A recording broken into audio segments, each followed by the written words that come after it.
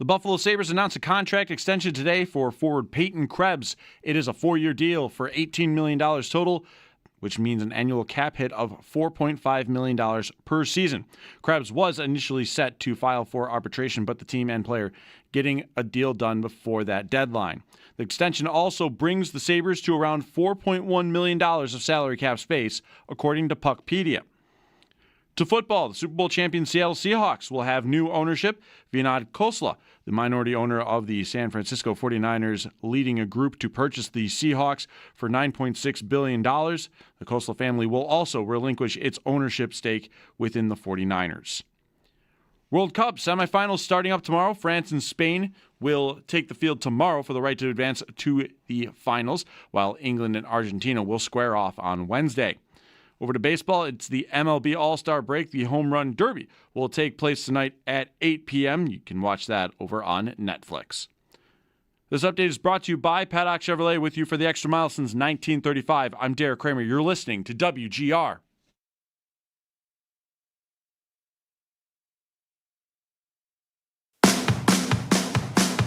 It's Mike Schopp and the Bulldog.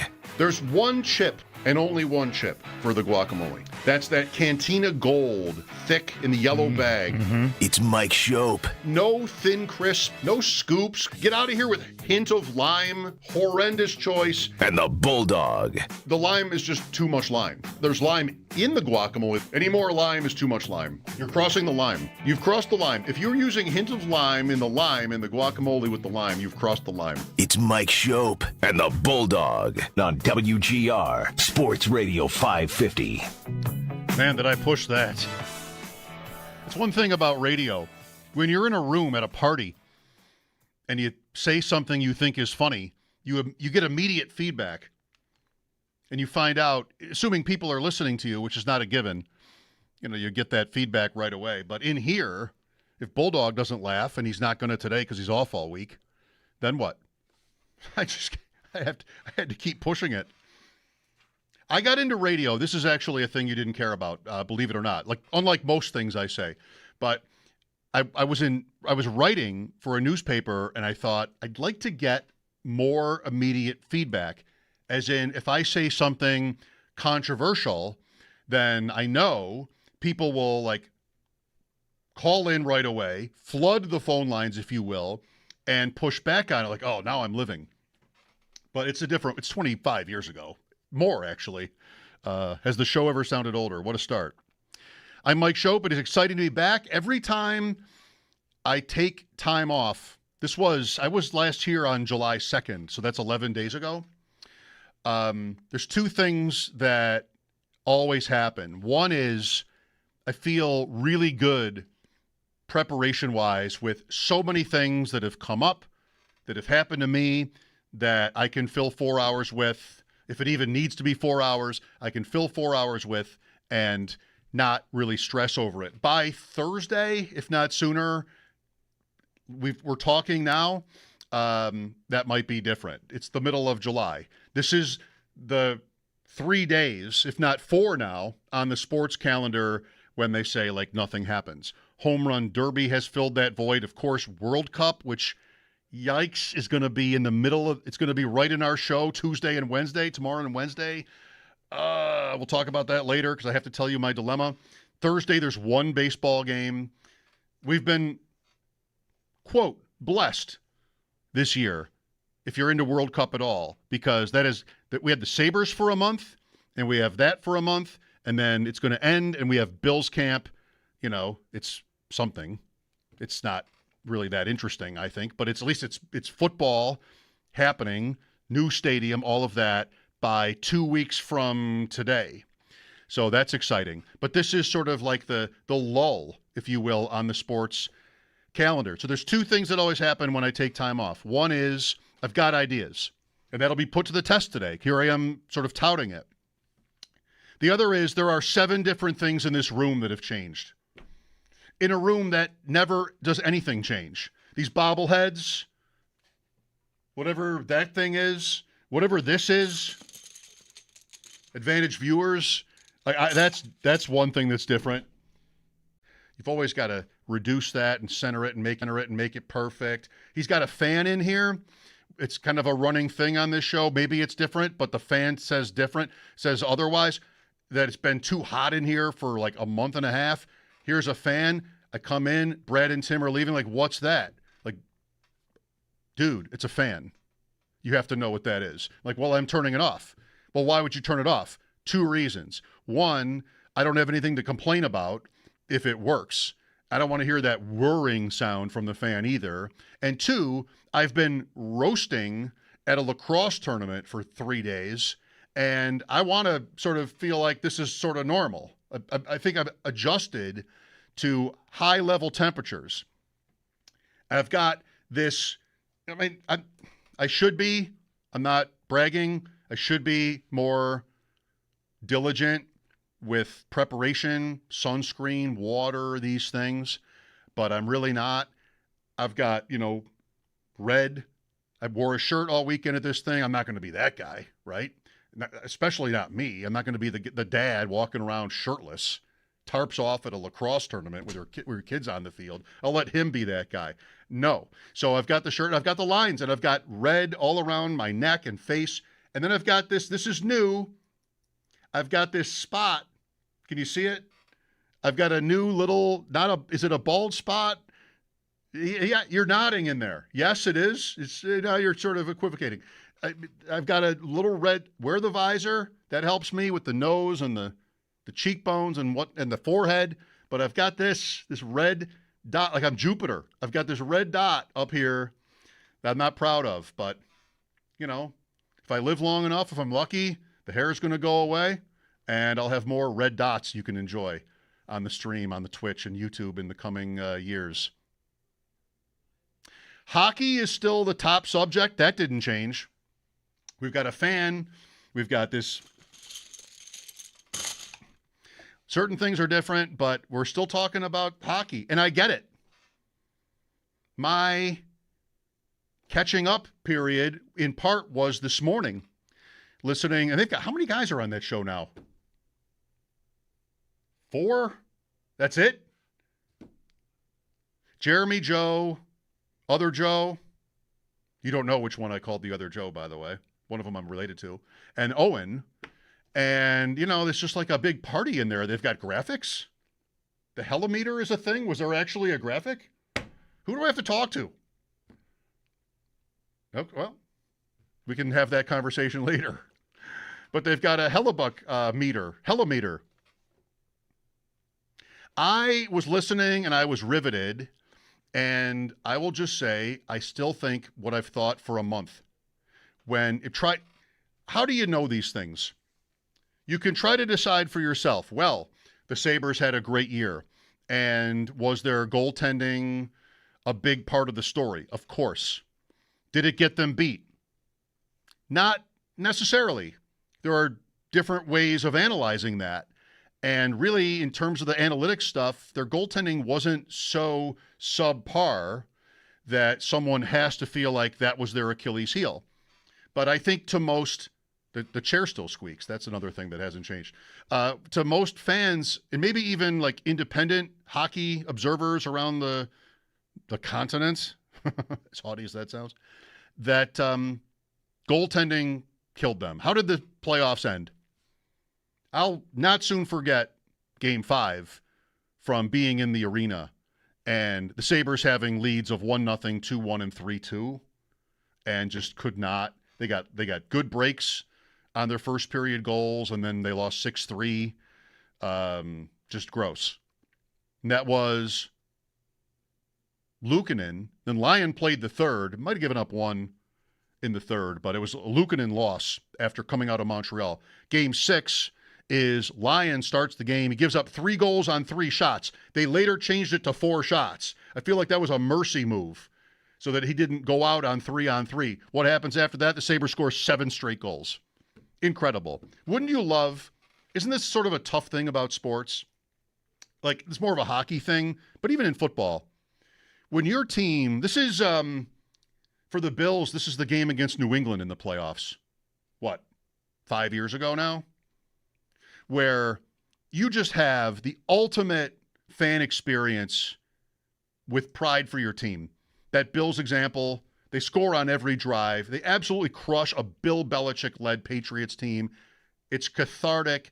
It all comes out, and it's 0 degrees, and it's Ryan Fitzpatrick, and you're having the time of your life. The next week is 13 seconds. What do you do with that New England game? You can offer it into conversations about the best times you've ever had. But it's, to say the least, it's muted. It's almost quashed by the fact that the next week you have the most heartbreaking loss almost in their history. Maybe it is. So what do you do with 13 seconds? What do you do with 7 straight goals in Game 6 in Montreal in the second round? Honestly, nothing. What can you do with that? Then Game 7, you're down, you catch up, and then that Newhook goal from the bench. Just so, if I didn't say it, about a month ago, trying to figure out how to read the cards through the insiders, it's kind of the best you can do anymore. The only people that teams say anything to are these half dozen or so supposed insiders. You got to kind of go with it. And there was enough Sabres and Hellebuck for me to think the Sabres wanted him. Whether they would get him or not, that wasn't going to be clear. But it was important to me trying to figure out the Sabres' plans that they were always being, or usually being, tied to him. Like, why would you bother? Montreal. There's nobody mentioning Montreal for Hellebuck, and they're not all set in goal. They get to the conference finals, they get crushed. They up their guy, Dobish, after that, and he's probably, well, I can't say like I really know. He might not be the best goalie they have, but they paid him, and they're going to do their thing. They were not a team where anybody would have ever pointed to goaltending. They beat Tampa in 7, and then Buffalo in 7 on the road. They got there. And then Carolina, which would win the cup, too good. All right, well, we're all set. We don't need to. It's really cool when a team does sort of shun that kind of, whatever, thinking and go ahead and do something else. But Montreal was never going to be that team, and there are better examples. Most of the NHL would never have been mentioned for Hellebuck at all. Not us. And the Sabres seemed a willing participant. There were reports, there was speculation about the 4th pick and the 8th pick, and, all kinds of different versions of that the Sabres are interested in this player, but, only at their price, which is fine. That's how it should be. What about Winnipeg? Every day leading into the draft, one of those 6 or 10 people who get told information were there with, Winnipeg would do this, New Jersey, Florida, Buffalo, they would do this. Why are they reporting that? If anybody from Winnipeg, like a superior in Winnipeg, told them no, that would be it. And they would be like, they're not trading him. That didn't happen. I have thought the whole time that Winnipeg, this is just from out here, I'm just trying to read the cards and make my best guess. So just so you know, that Winnipeg feels a certain burden to get Hellebuck out of Winnipeg. I think it looks like they feel like he's done there. And then it's a chess game.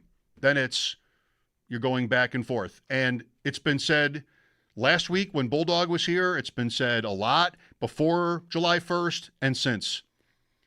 Greg Wyshynski, was that last Monday he was on with Chris?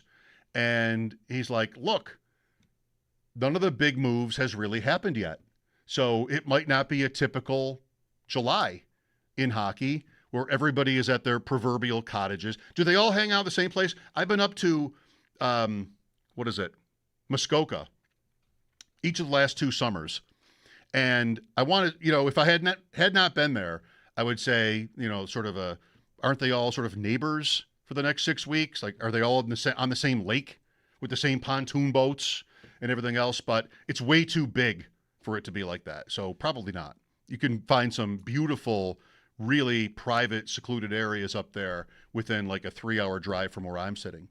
Anyway, Greg said, and other people have said, maybe this year is different because you don't have Larkin, you don't have Hellebuck. You don't have Robertson. You don't have some of these. You don't have Nyes. Did any of that change? Did I miss one being away? Like, isn't the landscape kind of what it was 3 weeks ago or 2 weeks ago? Okay, well, that's good for me as a host, working alone in the middle of July while I just have the home run derby in the AAA All-Star game. Like, I'll take interesting continuing speculation about those hockey players. I still think the Sabres want to do it, or else they wouldn't have been mentioned. And I can also believe, even though I think it's controversial, that they should want to. I can buy that they're all in a boardroom, even if it's at the stadium.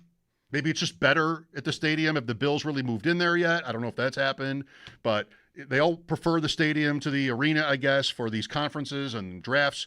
Maybe it's out there. Doesn't really matter to me. I can believe that they would want to make that move, and they're just trying to wait out the Jets. So if you want to put me down on that helimeter, as even though my headphones have held up, my screen is just, this is going to be fun this week once I buy some new equipment because I'm not going to use theirs. This could be interesting as we continue on the path here with Hellebuck. If you want to put me on the record on that, I'm on the, should I?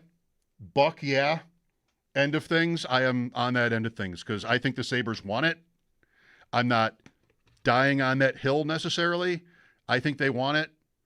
And if it weren't true, it would have stopped a long time ago. The speculation would have died out. And also, as it was said this morning on their 7-piece roundtable with all the different hosts they have, who else is in play? Give me another team.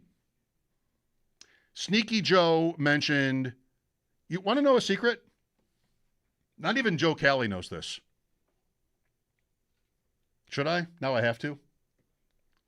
When Joe, my nephew, was really young, I'm like, he's a little bit sneaky.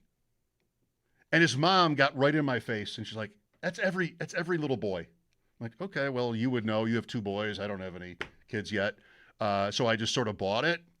So I feel like there could be 2 Sneaky Joes on that show. But again, mom put me in my place on that one, and, we'll leave it at that. Sneaky Joe, the one, with the TM after it. Sneaky Joe this morning was talking about San Jose and New Jersey. And he's like, show me one report that those teams are interested. They're both logical. New Jersey came up right away as an option, but I don't know. Like, I've been outside a lot, but I haven't heard anything new on that. And San Jose is logical too because they've done these things. They've got Celebrini and they've got a lot of interesting young pieces. Maybe it's like a bigger, better Robin Lehner move like the Sabres made whenever that was with Eichel.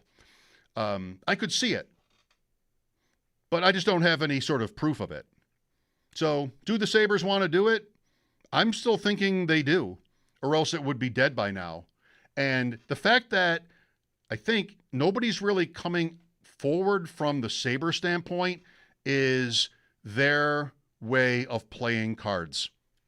I've used chess, now I use poker. Sort of their way of playing poker in this is, yeah, well, they know our offer and we're comfortable with it. And when they run out of better ideas, if they really do feel pressure to get Hellebuck off the roster, we're here. And this is new for the Sabres. And also, of course, what's new for the Sabres is this is a giant Hellebuck in the hockey stratosphere. This is a superstar in the sport. You have to say in the sport because he's not LeBron, right? Like most people don't know who he is. No one can spell it. Where do you put that Y? So he's not a superstar. He's not transcendent, but in hockey he is. He's probably already going to the Hall of Fame. He would be one of the biggest stars the Sabres have ever had. And what's that worth? I think it's, worth something. You have a lot of forwards. We have the Krebs deal today, as I close and open my computer for the 5th time here in the first 15 minutes because it doesn't work. You have, with the Krebs signing, another move at forward. And when do we get to a point where you have enough or even too many up top. And I think they're kind of there. I also heard Sneaky Joe say, the TM Sneaky Joe, say that who do you even scratch opening night? Bulldog did this. It wasn't that long ago. I was here. He did the exercise, like put the starting lineup together opening night. And he forgot about, I think it was Osland. And we got through the segment and came back from break, and somebody texted him, like, you forgot about Osland. I go, well, good point. So somebody sits, is it Krebs? Is it McLeod? It's either a really exciting young piece that the Sabres, I think, are building around. It's why they kept everybody. Or it's somebody making $4.5 million or more.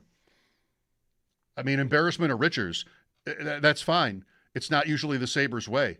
But what you'd rather do is make a move like you would all want to do in any sort of situation and turn one of those guys into somebody that you need somewhere else. And defensively, they lose Byram. I think they've replaced him adequately with the player from Anaheim, Zellweger. And so I don't think it's that. I mean, they're a little bit deep there too with that bottom third. I think it's goaltending. I just think a lot of arrows point in that direction.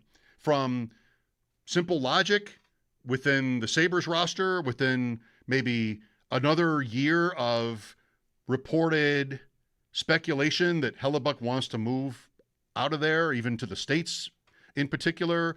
And then you have, it's both things. I mean, that's speculation from the insiders and also just looking at the rosters. I think maybe the key to it could be Luukkonen.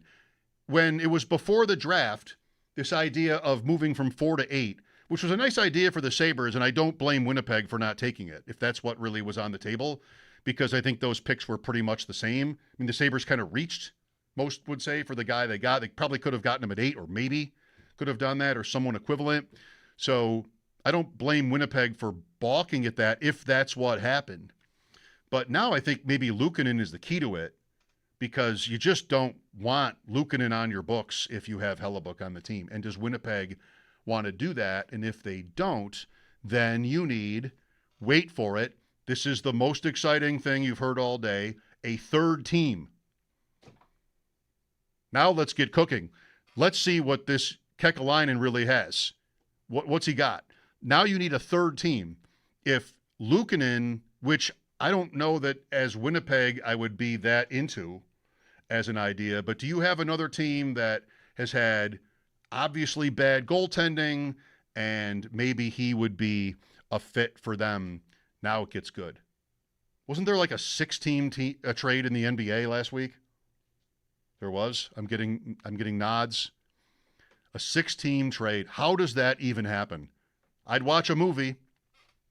I would watch a 2:15. I don't want to go longer than 2 hours and 15 minutes for anything. But let me have anything.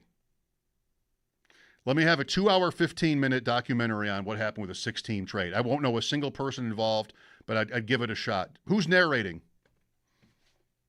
You could get this wrong. So give me a third team in a Sabres-Jets goalie swap. Hellebuck comes in. Luukkonen goes wherever, parts unknown. Winnipeg gets what they want. Shouldn't that be possible? My chair, my laptop, my headphones with the gray tape. You got to love it. You are really inside you are in the inner circle right now in here. No sneaky people, no Joes, no Bulldog, no noise. Paul Hamilton, noise. How rude was that? I didn't mean that personally toward those guys. Let me just clarify. Paul Hamilton coming up next on Krebs and the latest Hellebuck rumors and more with the Sabres. Sal Capaccio at 4. Sal was on during the NCAA. Of course he was. He's on all the time. He was on with us during the NCAA tournament, and he was in a Survivor contest. He's like, guys, what do I do? I'm in a World Cup one. I believe there are 4 teams left, and I want to take my turn and ask Sal, what do I do? You're going to love that if you're into that sort of world at all. And we'll talk some Bills, of course. Fantasy football, is it too soon? July 13th? Absolutely. Thank you. Absolutely not. Absolutely not too soon. That's never for me. Going to have Mike Dempsey later this week. I'm going to try to play that up. If there's a hockey trade, there's a hockey trade, but Sure, we'll talk about the home run derby format. Another change over the course of the day. It'll be fun. Hopefully it is so far. Thanks for watching and listening. I'm Mike Schopp. Bulldog is off this week. Paul Hamilton next here on WGR.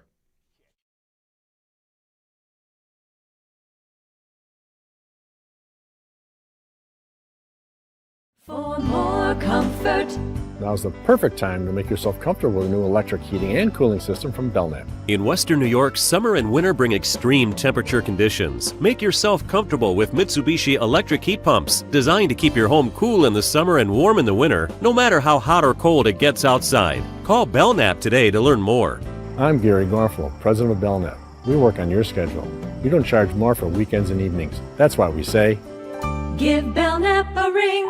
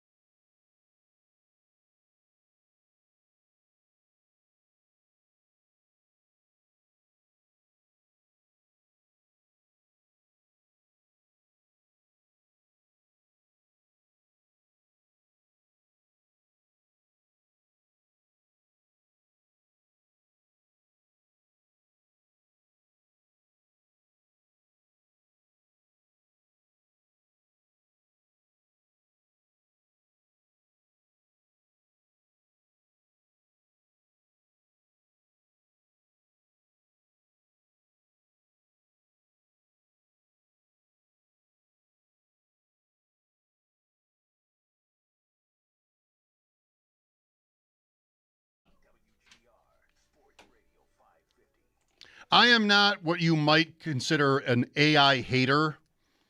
I think if you look deeply at it, there's a lot to appreciate about the change it will do for the world. However, it's a threat, and it's also easy to make fun of when you see things like this from Twitter on the Connor Hellebuck wants trade to Buffalo Sabres amid Jets talks item under today's news. Buffalo GM Kevin Adams seeks goalie stability. Oh, you need people too, right? We need Paul. Paul's here for it. I mean, you have a tough enough time with actual people, mostly actual real people on Twitter, not to, get as far afield as the AI stuff, Paul. I mean, I don't want to make things more complicated for you. Yeah, you know me well enough. I'm probably never going to really get into AI. That's just not my thing, especially when what you just said happens. I mean, yes, Kevin Adams reportedly is now a member of the Boston Bruins organization. But, yes. Yeah, so I'm just much, much more careful now. What I read, is it true, is it not? Especially on Facebook, a lot of that stuff is not true. A lot of it. I'll take your word for that. Yeah. Because what I do is Facebook is for friends, like I went to school with. It's fun to get talking to people I went to high school with and stuff. I don't have any listeners or viewers on Facebook. And then Twitter is for viewers and radio people. So that's the way I usually split it. The line you're drawing. Very well. Yes. Well, we'll get to Krebs and whatever else, but it's been a couple of weeks since you and I have spoken, and I'm building on the premise again still that the Sabres kind of want Connor Hellebuck. Here we are, July 13th, and there is, whether this is from AI or not, I don't think it entirely is, more speculation about it. And I just feel, Paul, that the Sabres might be trying to wait the Jets out, that the goalie wants to be moved, and the Jets are trying to do the best they can. And it's a poker game between the two teams, if not other teams as well. How do you see it?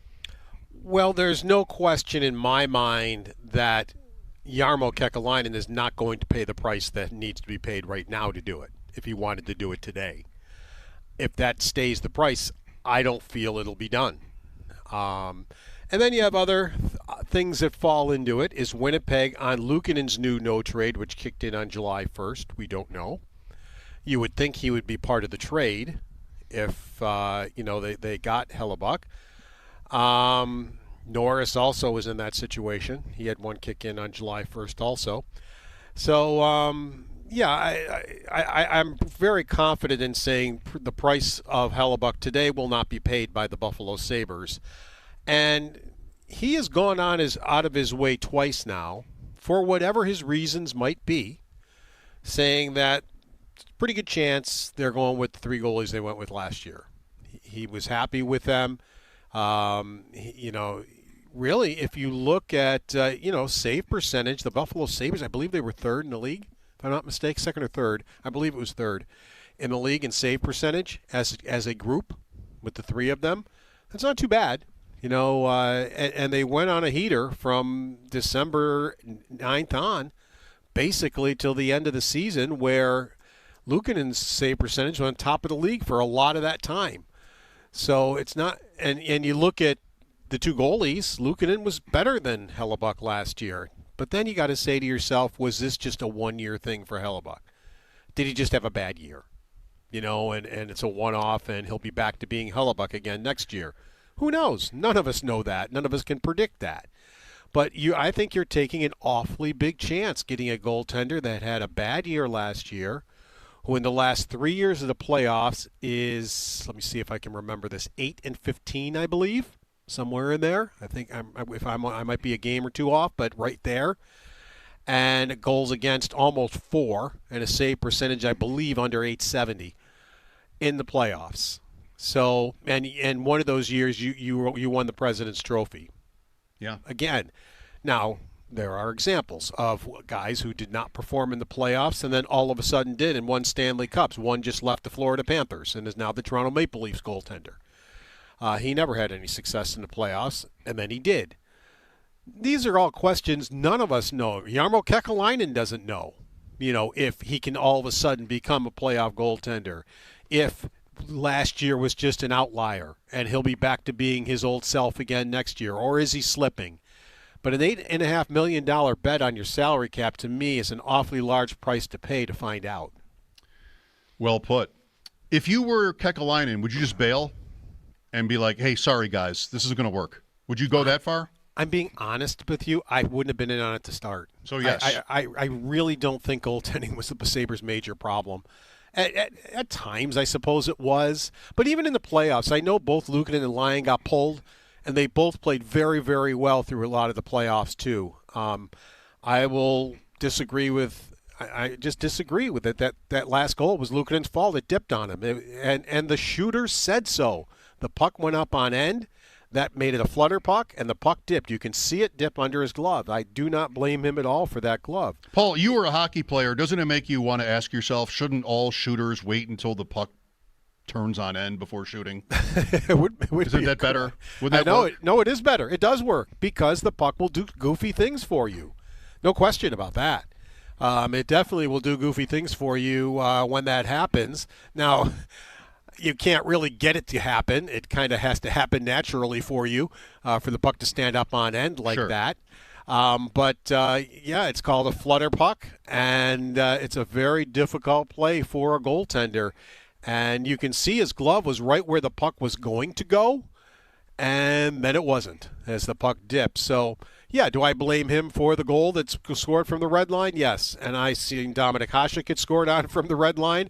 Not trying to tell you Luukkonen is Dominik Hasek in any way, shape, or form, but I've seen the best there are get scored on from the red line. It happens. It's the only time I've ever seen him get scored on from the red line. It just happened, and you move on. I think Luukkonen, as I said earlier, is a really pivotal piece of this if there is a negotiation between the teams. Because the Sabres can't really trade for Connor Hellebuck without moving Luukkonen. Like, they just won't need him anymore. And they need cap room if they were to do this. Would he be a player as wild and wacky as goaltending performance is in the league? We've learned that lesson. Is he somebody that if you're Winnipeg, you could sell? Like, this is the Sabres and Hasek a little bit. There are other examples where you're trading your franchise piece because you just don't think you can really make it work anymore. Team results, player needs. Is Luukkonen somebody that if you're Winnipeg, you could sell? Well, Luukkonen and Skinner, they're your goaltenders. They already have one. They would get the other. And Skinner's tough. Yeah, I mean, he's a tough sell. There's times he's really good, and there are times he's really not. And right now with two extra guys on the roster, I have the Sabres at a little over $4.2 million in salary cap, which means they would have to double that if they were going to make this trade. Yep. Luukkonen would open up 4.7, so that would have 8.9. Just Luukkonen taking off would open up enough room to do it if you did nothing else. So, and again, is Winnipeg on Luukkonen's no trade? He doesn't have that many clubs that's on his no trade, but and it just kicked in on July 1st. And if Kekalainen really, really wanted to do this deal, and Luukkonen was going to be part of it, he knows if Winnipeg is on that list or not, and he knows that as of July 1st, it will make it. You're going to have to get his permission if you want to make the trade. So, it seems like from a Sabres standpoint, it's kind of dead. But I think maybe part of that reason is because the price has not come down, and in order for it to be rekindled, the price is going to have to come down. Paul Hamilton on the Western Hotline. Well, one other possible leverage piece in this negotiation, again, if there is one, is adding to the Sabres, really, put it mildly, depth at forward, is the settlement with Peyton Krebs today. 4 years at $4.5 million. That's a pretty healthy number. Do the Sabres can you ever have one too many anythings? Like, are they at a point at forward where if they want to deal with Winnipeg, that would have to be where they turn? And might they think that whether it's goaltending or even defense, probably not defense, they're pretty well loaded, is it maybe optimal if they can pull off something they like to move a forward? They have 5 full lines right now. With 23 players, you're going to have the extra goalie, the extra defenseman, and probably 1 extra forward. So you're looking at getting rid of 2. You can take the easy way out. Now, you're going to have a fan revolt if you do, but Oslett and Hellenhuis do not charge you waivers. They can both go down until there's an injury or something like that. Then Kozak's your extra forward or Danforth, and you're ready to go. That's not what I would do, but they could do that without a problem. And then they would be down to their 23 players. And what kind of injuries are you going to get at training camp? I mean, it would be shocking if in the first game these same guys are all healthy that we're talking about right now. So, what kind of injuries are going to happen in training camp? Are you going to get 2 injuries where, you got 2 guys on the IR, to start the year? That's what you need, is 2 guys on the IR. Now, are they still looking at a Kane acquisition to help the power play? That would be why you would do that. A guy who had 2 goals and 17 assists and 19 points on the power play. And then you just ask yourself, would you rather have Quinn or would you rather have Kane in your top 9, so to speak? Easy call. Yeah, it is for me. It is for me, Quinn. But Quinn did become a 20-goal scorer this past year. And it seemed like as the season went on, he was starting to find the areas to get in, to let that great shot that he has to get it off and get it into the net. So, he has not helped the power play. Nothing has really helped the power play. It was middle of the road for a lot of the year. I think he wound up like 18th or 19th. But when you look at it, Lindy Ruff, in his 8 years he was away from the Sabres, his power play was only good once. So it's, when we're talking with the Dallas Stars and with New Jersey, I can actually tell you, he was 4th in the league with Dallas once. With New Jersey, he was 13th twice and 28th twice. The other 3 years in Dallas, he was 12th, 20th, and 23rd. This 2 years in Buffalo, he's 24th and 20th.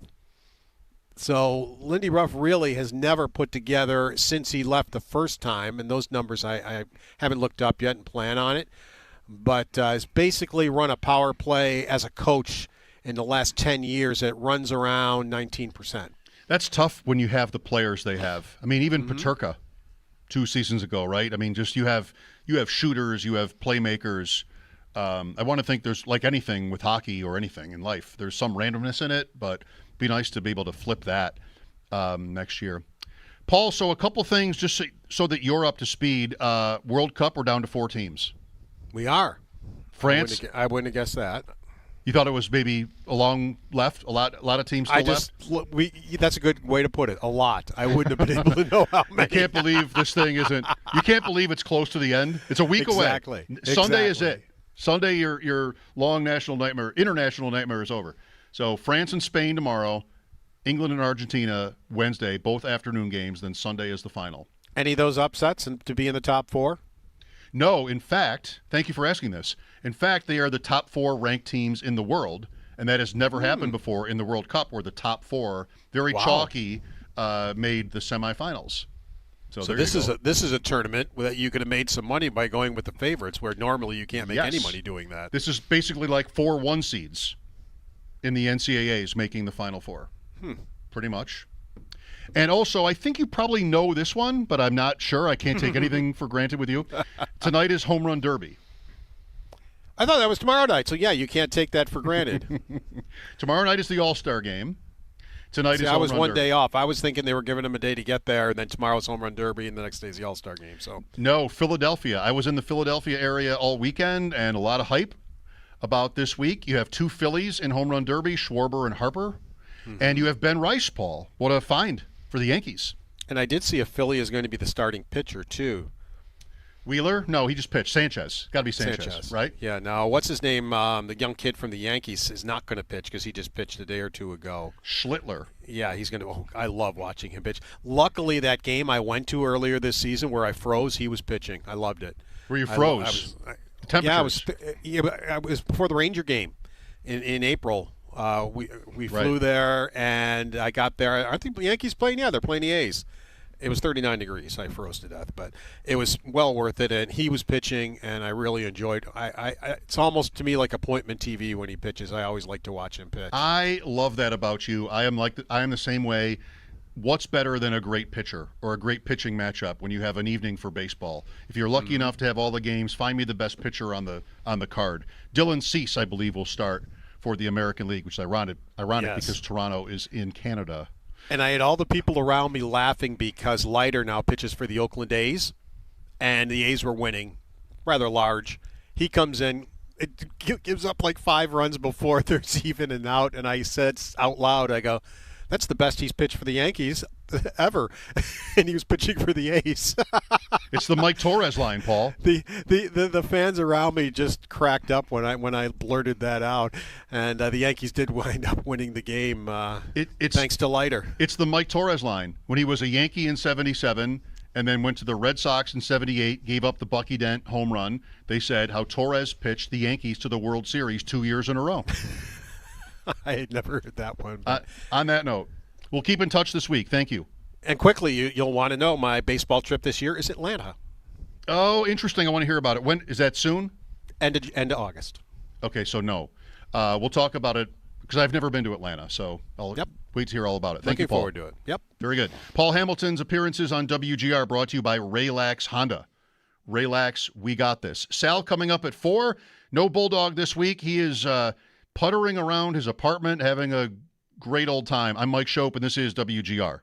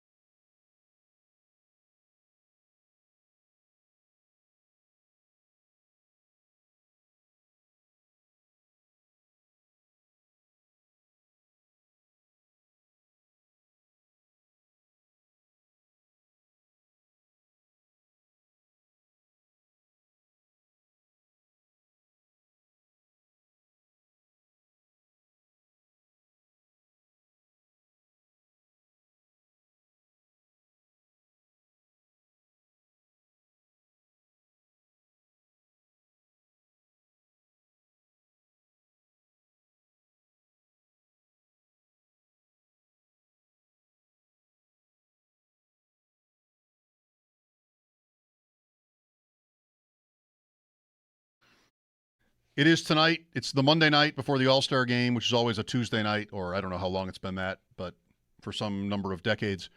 And they've changed the format again, which I think I like, despite resenting that everything is always changing formats, even including like where you watch these games and everything like that. But they took the clocks out, apparently, from Home Run Derby. So now it's the more, I think, intuitive, every swing is a home run or an out. And if you hit a home run on your last swing in the round, you get to keep going. But enough with the clock. We really don't need that. We'll keep it moving, right? It's a TV show. They're going to keep it moving. We don't need to worry about the clock. If you hit a ground ball, it's an out. You get 10 outs usually in these things. Everything else, home runs, we just add them up.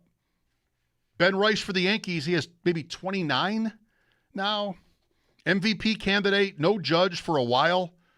I'm not sure how close he is. I don't think anybody really knows, but Rice, who is a former catcher and playing first base or DH exclusively, has had a big year. He's in the Home Run Derby tonight and in the starting lineup for the American League tomorrow.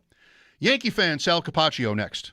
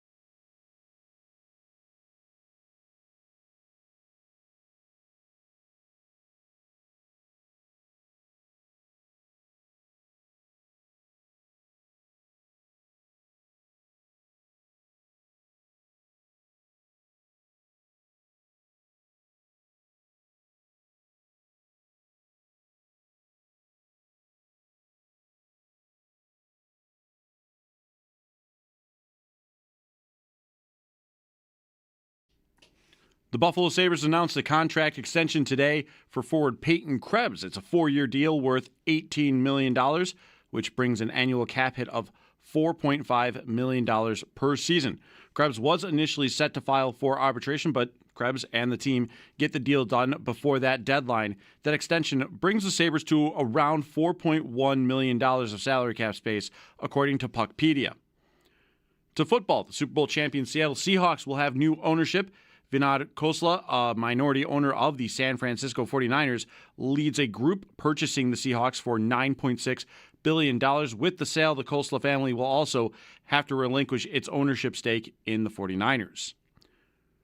World Cup semifinals starting tomorrow as France and Spain will take to the pitch for the right to advance to the finals. England and Argentina will square off on Wednesday. To baseball, it's the MLB All-Star Break. The Home Run Derby will be taking place tonight at 8 p.m. You can watch that over on Netflix. This update is brought to you by Paddock Chevrolet, with you for the extra mile since 1935. I'm Derek Kramer. You're listening to WGR.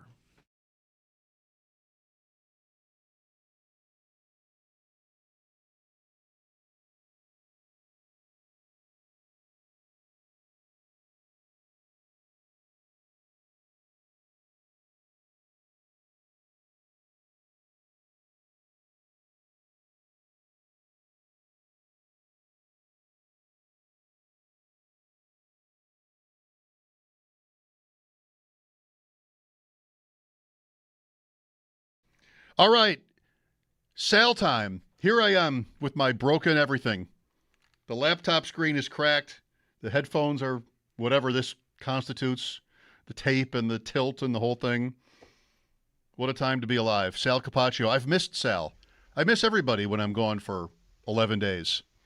But sometimes Sal and I will text. Do we do that at all? Do we have any conversations over the break here, Sal, or about anything? I'm not sure.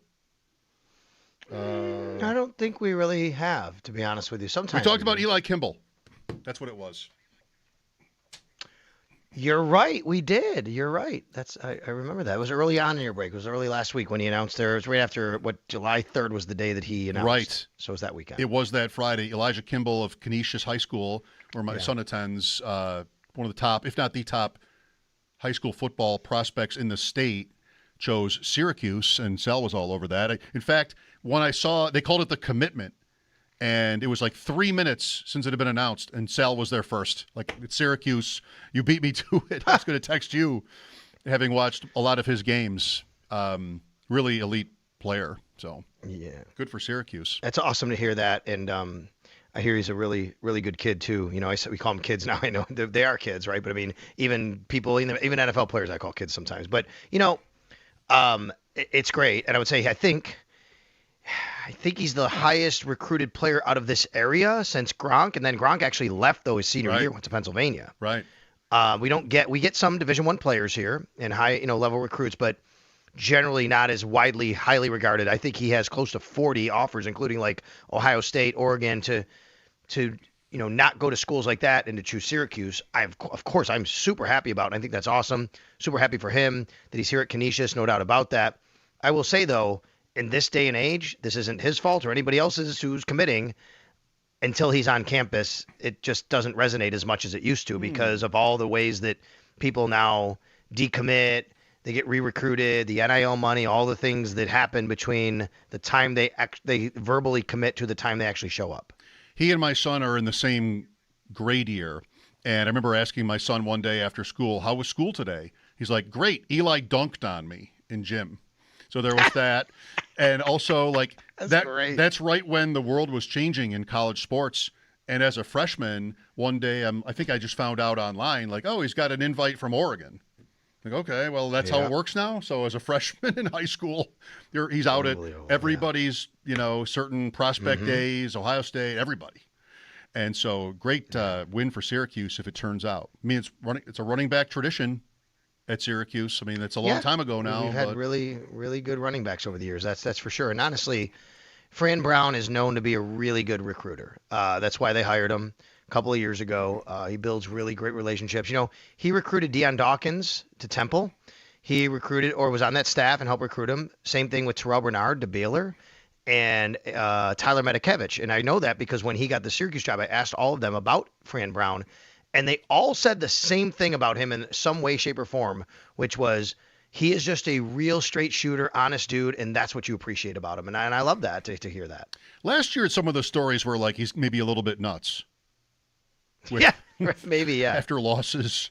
I don't have a feel You mean for him, making guys run after even though they won, though? They put him on the line and run. And somebody called it performative, right? I think someone on ESPN. And I would say this. If you know anything about Fran Brown, you might not like that he did it. It's certainly not performative. Okay. Well, I don't, so I'll stay away from that. Okay, well, running backs. I don't need this to be in a fantasy context, although I do think we're getting close to the time of year where I can more easily get away with it. James Cook, Sal, is kind of like he's in between the running back at the low end 6 and at the high end 3. I was in a big one a couple of weeks ago where he went 106, 6th overall. Gibbs and Robinson, Detroit, Atlanta, are the 2 top picks in almost every draft. And sometimes you'll see James Cook as the 3rd running back after Chase, Nakua, JSN, usually. 6th is about the peak. What are your expectations for him to basically, in essence, repeat what he's done the last 2 years? First of all, when it comes to rankings, I think what kind of comparison do I want to make here? I want to make some sort of analogy. I want to say something like running backs are like chicken wings, right? They're all really good, but depending on what flavor you like, it's going to be different. You know, you may have drums or flats. You may like barbecue or hot or something like that, but they all work in some way, shape, or form, hopefully for you. And I think it depends on what you want in a running back and what James Cook does and what other running backs do.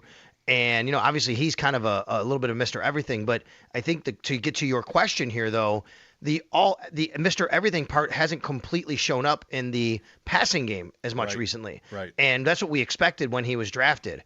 I just think the volume will be less this year, giving him the ball, handing it to him. But I think that volume can be made up for by throwing. And I think a really big difference here this year is Pete Carmichael Jr. now being the offensive coordinator.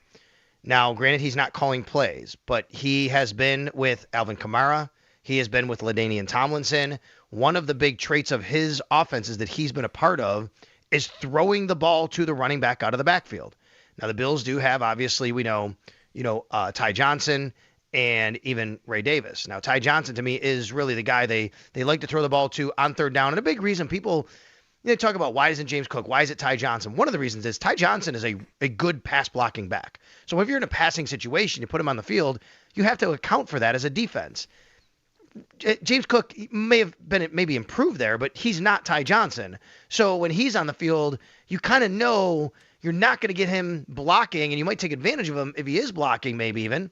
He's probably going to go out for a pass. So you'd have to think about things like that when you're an offensive coordinator and when people think about why a guy isn't on the field as much. But last year, James Cook only had 40 targets. And to me, to repeat the year he had rushing is going to be really way too tough. I think 1,600 yards leading the league. Who can expect that?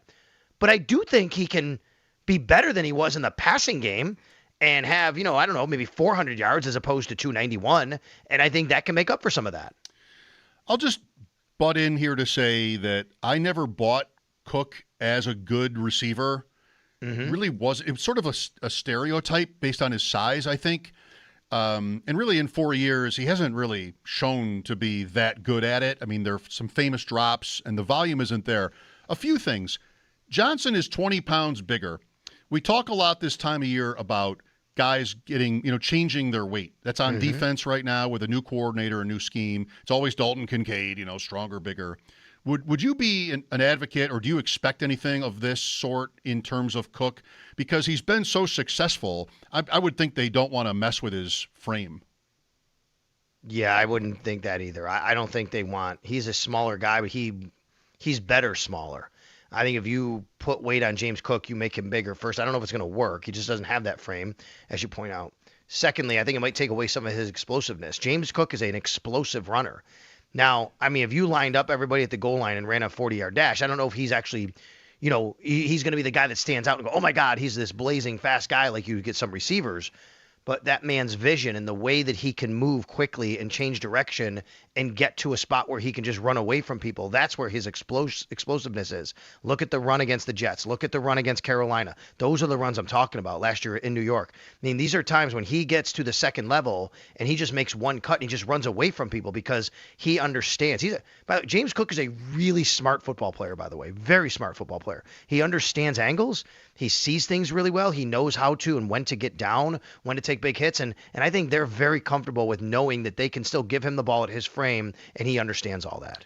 I also think that running backs' numbers, like volume when it comes to pass catching, is often a function of who the quarterback is and whether he's any good and what are the other weapons. And the Bills are kind of both, where we're always questioning their pass receiving weapons, but Allen, so often, what's the play?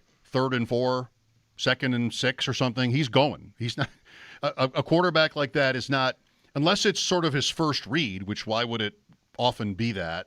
He's not going to the flat for Cook. So would that have to be different for his numbers to spike up? Like Pete Carmichael, fine. Does it really depend on Allen, though, to sort of recalibrate how he sort of goes about his job?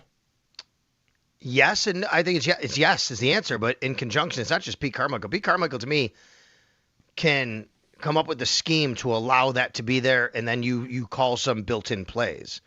But on a play-to-play basis, when Allen's dropping back and his first read is down the field and his second read is over to the right hash mark, and then his third read might be to dump it down, yes, that's where that comes in. But we've talked with Joe Brady about this as well, and Joe will tell you that's on the play caller and it's on the quarterback.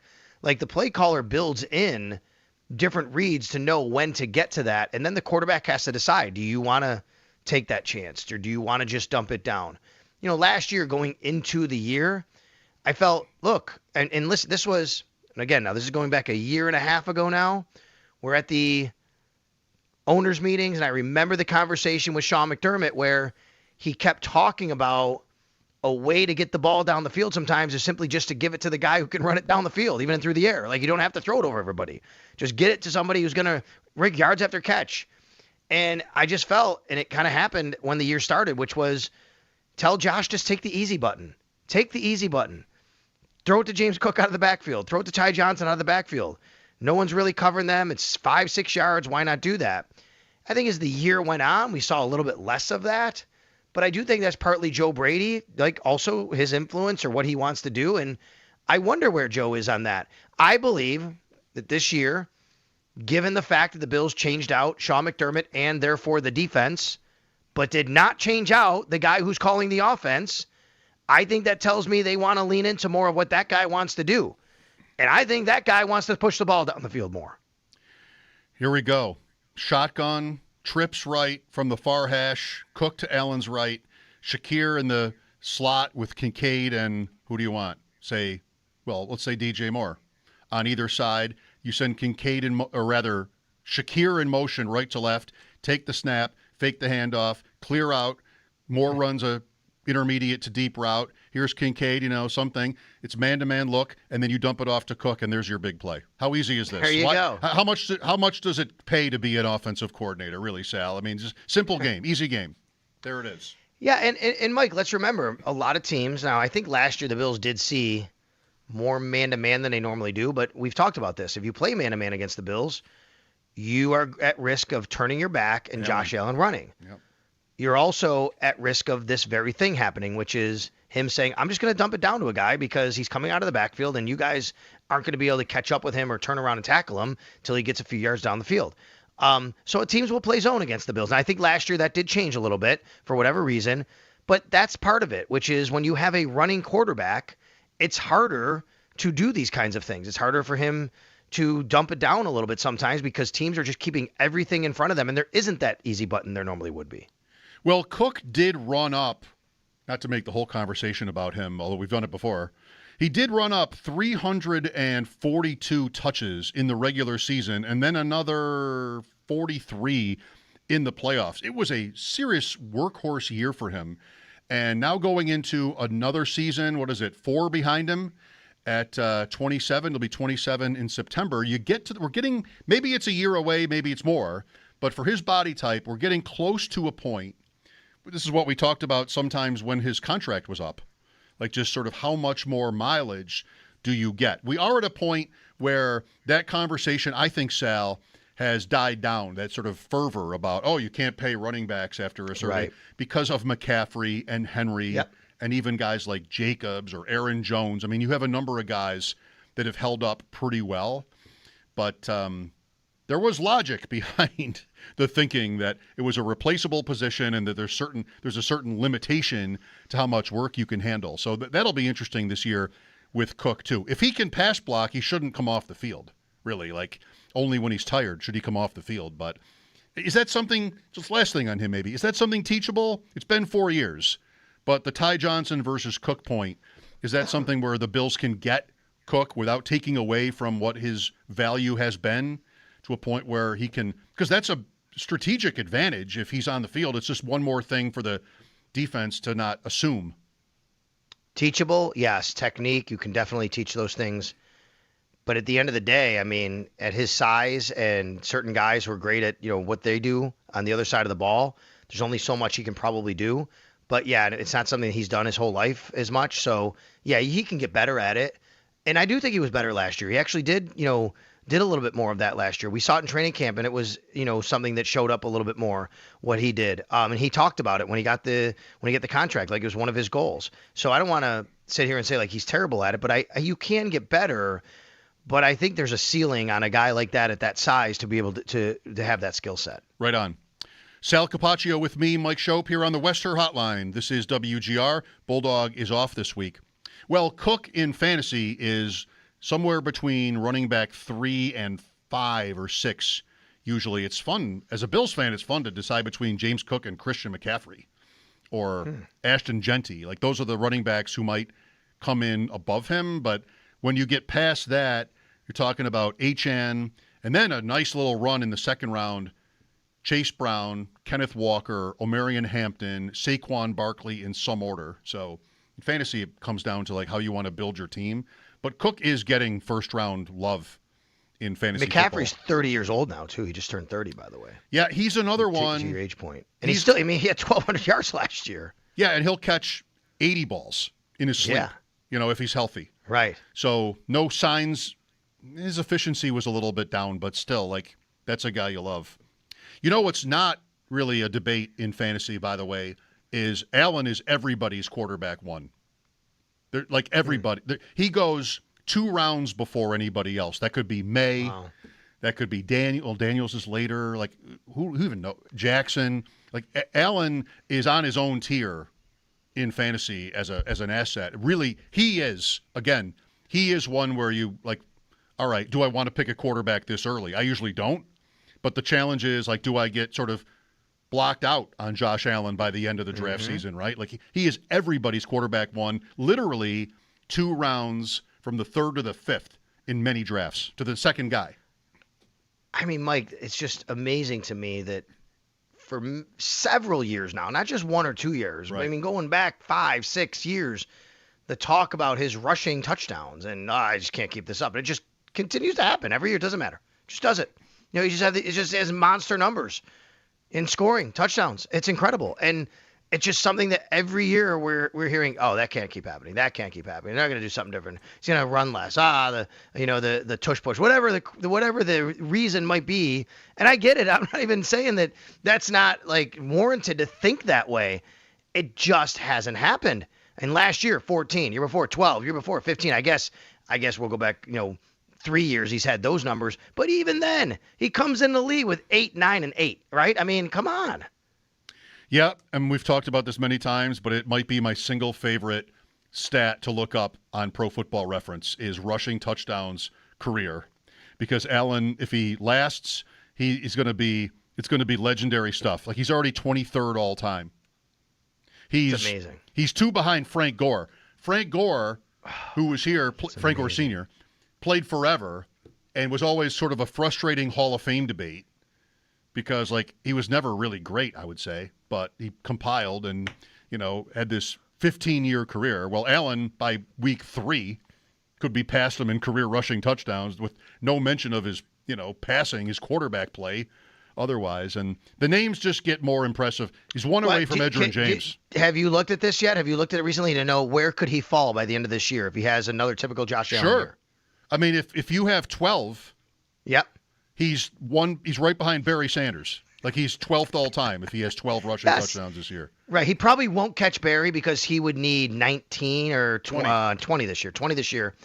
But he certainly can catch the guys right behind him, Jerome Bettis and Franco Harris. Oh, by the way, Eric Dickerson and Curtis Martin. I mean, pretty unbelievable thing. Marshawn Lynch. He has a legitimate chance to catch Marshawn Lynch halfway through the season. Before the bye week. Right. Yeah. Yeah. If it doesn't slow down, that will happen. I mean, he's going to get to 90 this year unless there's a downturn, which could be, one thing Warren Sharp said to us when he was on is he thinks the Bills will be having to chase the game more this year because of who they're playing. And that could be good for Allen's passing numbers. And if he gets into goal to go from the 4, no matter what the score is, he's probably going, if not Cook. But, maybe game scripts are a little bit different for him. Okay, well, one time during the NCAA tournament, which is, I know, a few months ago now, Sal came on and we talked about strategy in a survivor pool. And you were down to like maybe the final 8 or 4 teams and needed to figure out how to navigate. What's the game theory here, right? Am I close on this memory? Yeah, for sure. Yeah, it was more about strategy than the actual teams at that point. Yes. So I've got one for you if you have another minute. I love it. Yeah. World Cup. Okay. Same idea. Survivor. And I've got France and England. And you can't use a team more than once.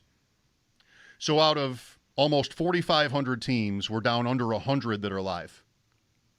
And I have two options here, Sal, and only 2.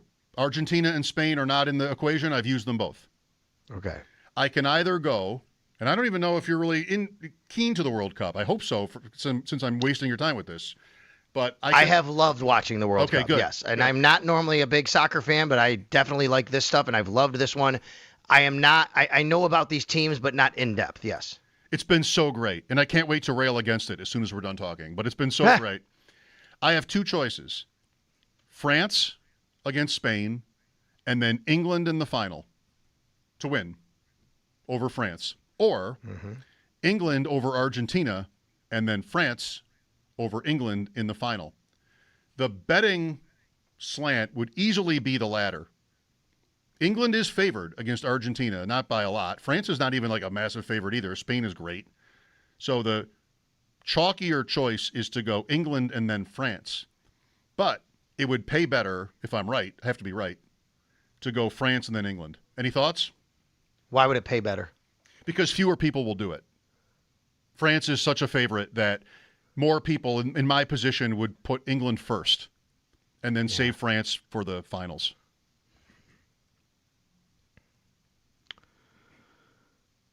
I think my thought is you're trying to win at this point, and you're not trying to necessarily win the most money. You're trying to win, right? But if you win, you still win, and you're going to get money. Yes. If I play the chalkier, that's right. You're exactly right. If I play the chalkier option, as long as I'm right, I'll win something. England winning the World Cup would be easier to hedge. Like if I got through France and then I have England left and they're an underdog against France, which they almost definitely would be, then I can bet England with money I don't have. Yep. And win either way. But it's $100,000 up top, so I want to get it right. Do you have a thought specifically on each game and think, for example, do you think that betting England against Argentina is smart or not? Yes. In fact, I planned for it. Okay. I had the option on Saturday to pick England or Argentina and have the same situation in reverse. If I'd picked England on Saturday, I took Argentina instead because I think England is better. Okay. They're tough, Sal. England is finally tough. England got tough. They did. That heat in Miami, the comebacks, winning in Mexico City, nobody does that. I'm definitely vibing with England. That was an amazing match, by the way. It was. Can you take a trombone into a Bills game, speaking of World Cup? Do you happen to know? Is that on the list of things you can't take? If you're part of the band that's performing at halftime, you can. If you're not, forget it?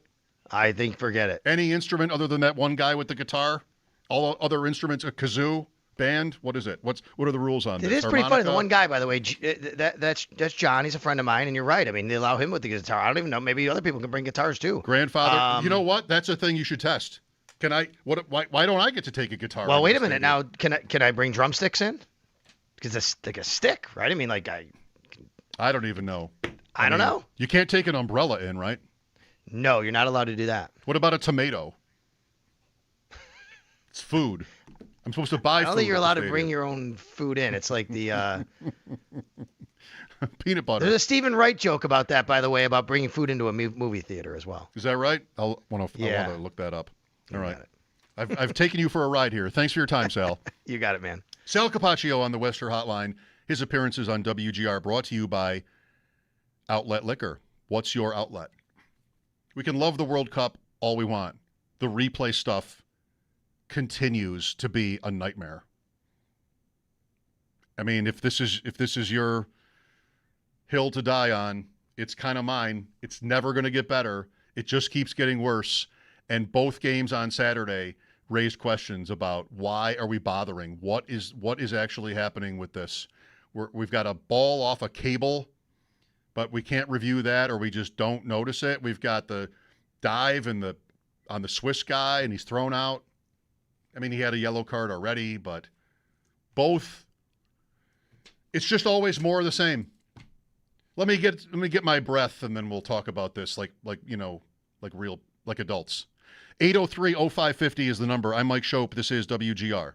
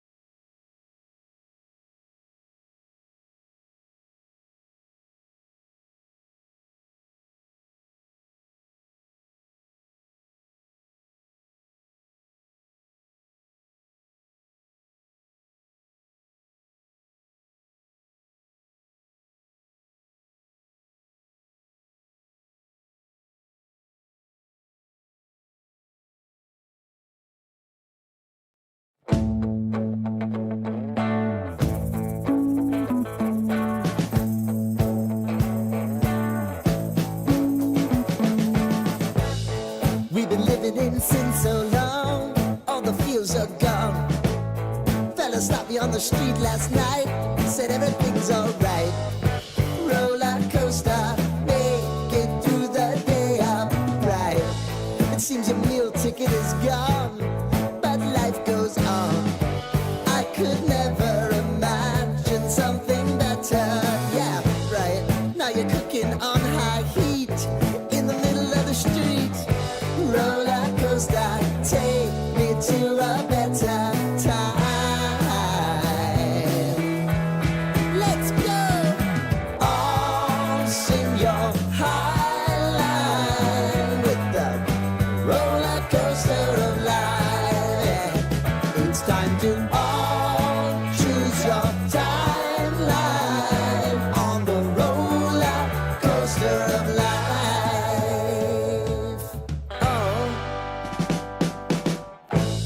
You seem to easily forget how to place your bet. When everyday life gets you down, you gotta steal the crown. Got to own it. Don't bitch and moan about it, please. God forbid you scrape your knees, and it's nothing to sneeze at. Oh, I've told you over and over.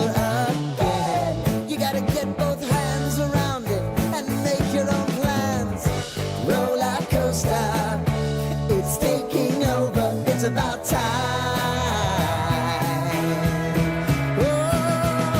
Oh, sing your high line on the roller coaster of life. You've got to all choose your timeline with the roller coaster of life. Roller coaster.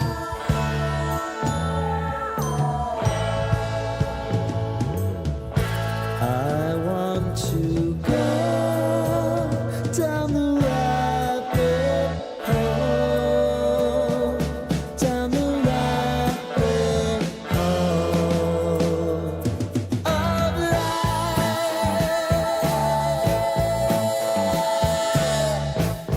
And now it's about to leave. Oh, roller coaster. Oh, roller coaster.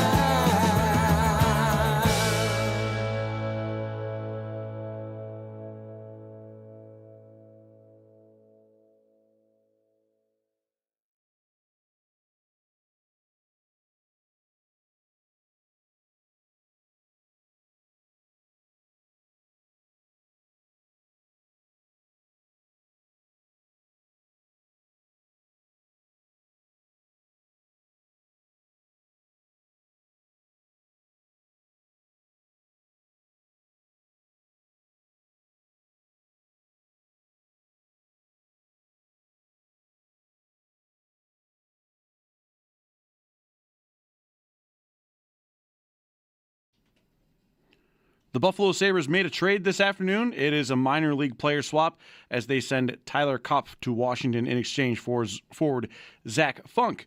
Earlier today, the team announced a contract extension with forward Peyton Krebs, 4 years, $18 million, an annual cap hit of $4.5 million per season. Krebs was initially set to file for arbitration, but the two sides getting a deal done before that hearing. And according to Puckpedia, that extension leaves Buffalo with around $4.1 million of cap space. The New York Rangers and defenseman Braden Schneider also agreeing to a contract before arbitration, 1 year, $5.5 million. The Winnipeg Jets agreeing to a 3-year entry-level contract with forward Viggo Bjork, the 8th overall selection in the 2026 NHL Draft. To football, the Super Bowl champion Seattle Seahawks will have new ownership. Vinod Khosla, a minority owner of the San Francisco 49ers, led the group that will purchase the Seahawks for $9.6 billion. The Khosla family will also have to relinquish its ownership stake with the 49ers. World Cup semifinals starting tomorrow. France and Spain will take the pitch tomorrow for the chance to get to the finals, and then England and Argentina will square off on Wednesday. And to baseball, the MLB All-Star Break, the Home Run Derby, taking place tonight. That is at 8 p.m., and it can be seen on Netflix. Those are your sports headlines brought to you by Paddock Chevrolet, with you for the extra mile since 1935. I'm Derek Kramer. This is WGR.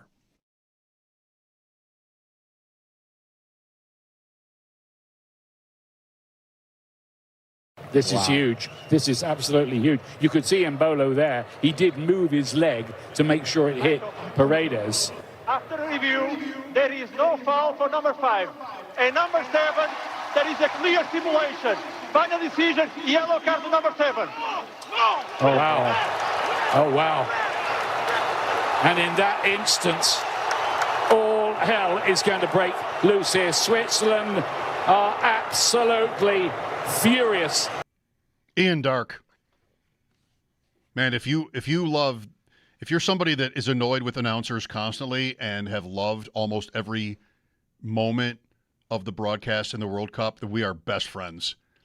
Just the way some of these, Ian Dark especially, John Strong, who's the top guy for Fox, Derek Ray, Hargraves, and Fletcher, all of them are so keen.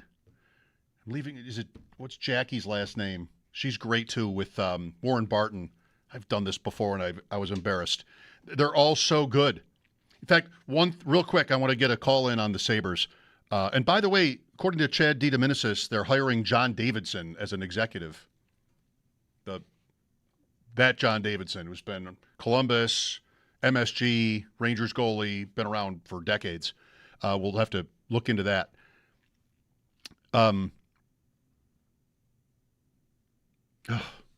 World Cup announcers. What? Where was I? Maybe it can wait. I want to talk about the replay and everything like that. It can wait. I lost my train of thought on this other Sabres news, but they're all so good. I just so many football announcers and hockey announcers just really don't, by their words, care about either the words or the truth. And when I'm listening to Landon Donovan, John Strong, so many of these soccer guys, they definitely care about both things. There's just no wasted words. This is really where I'm at.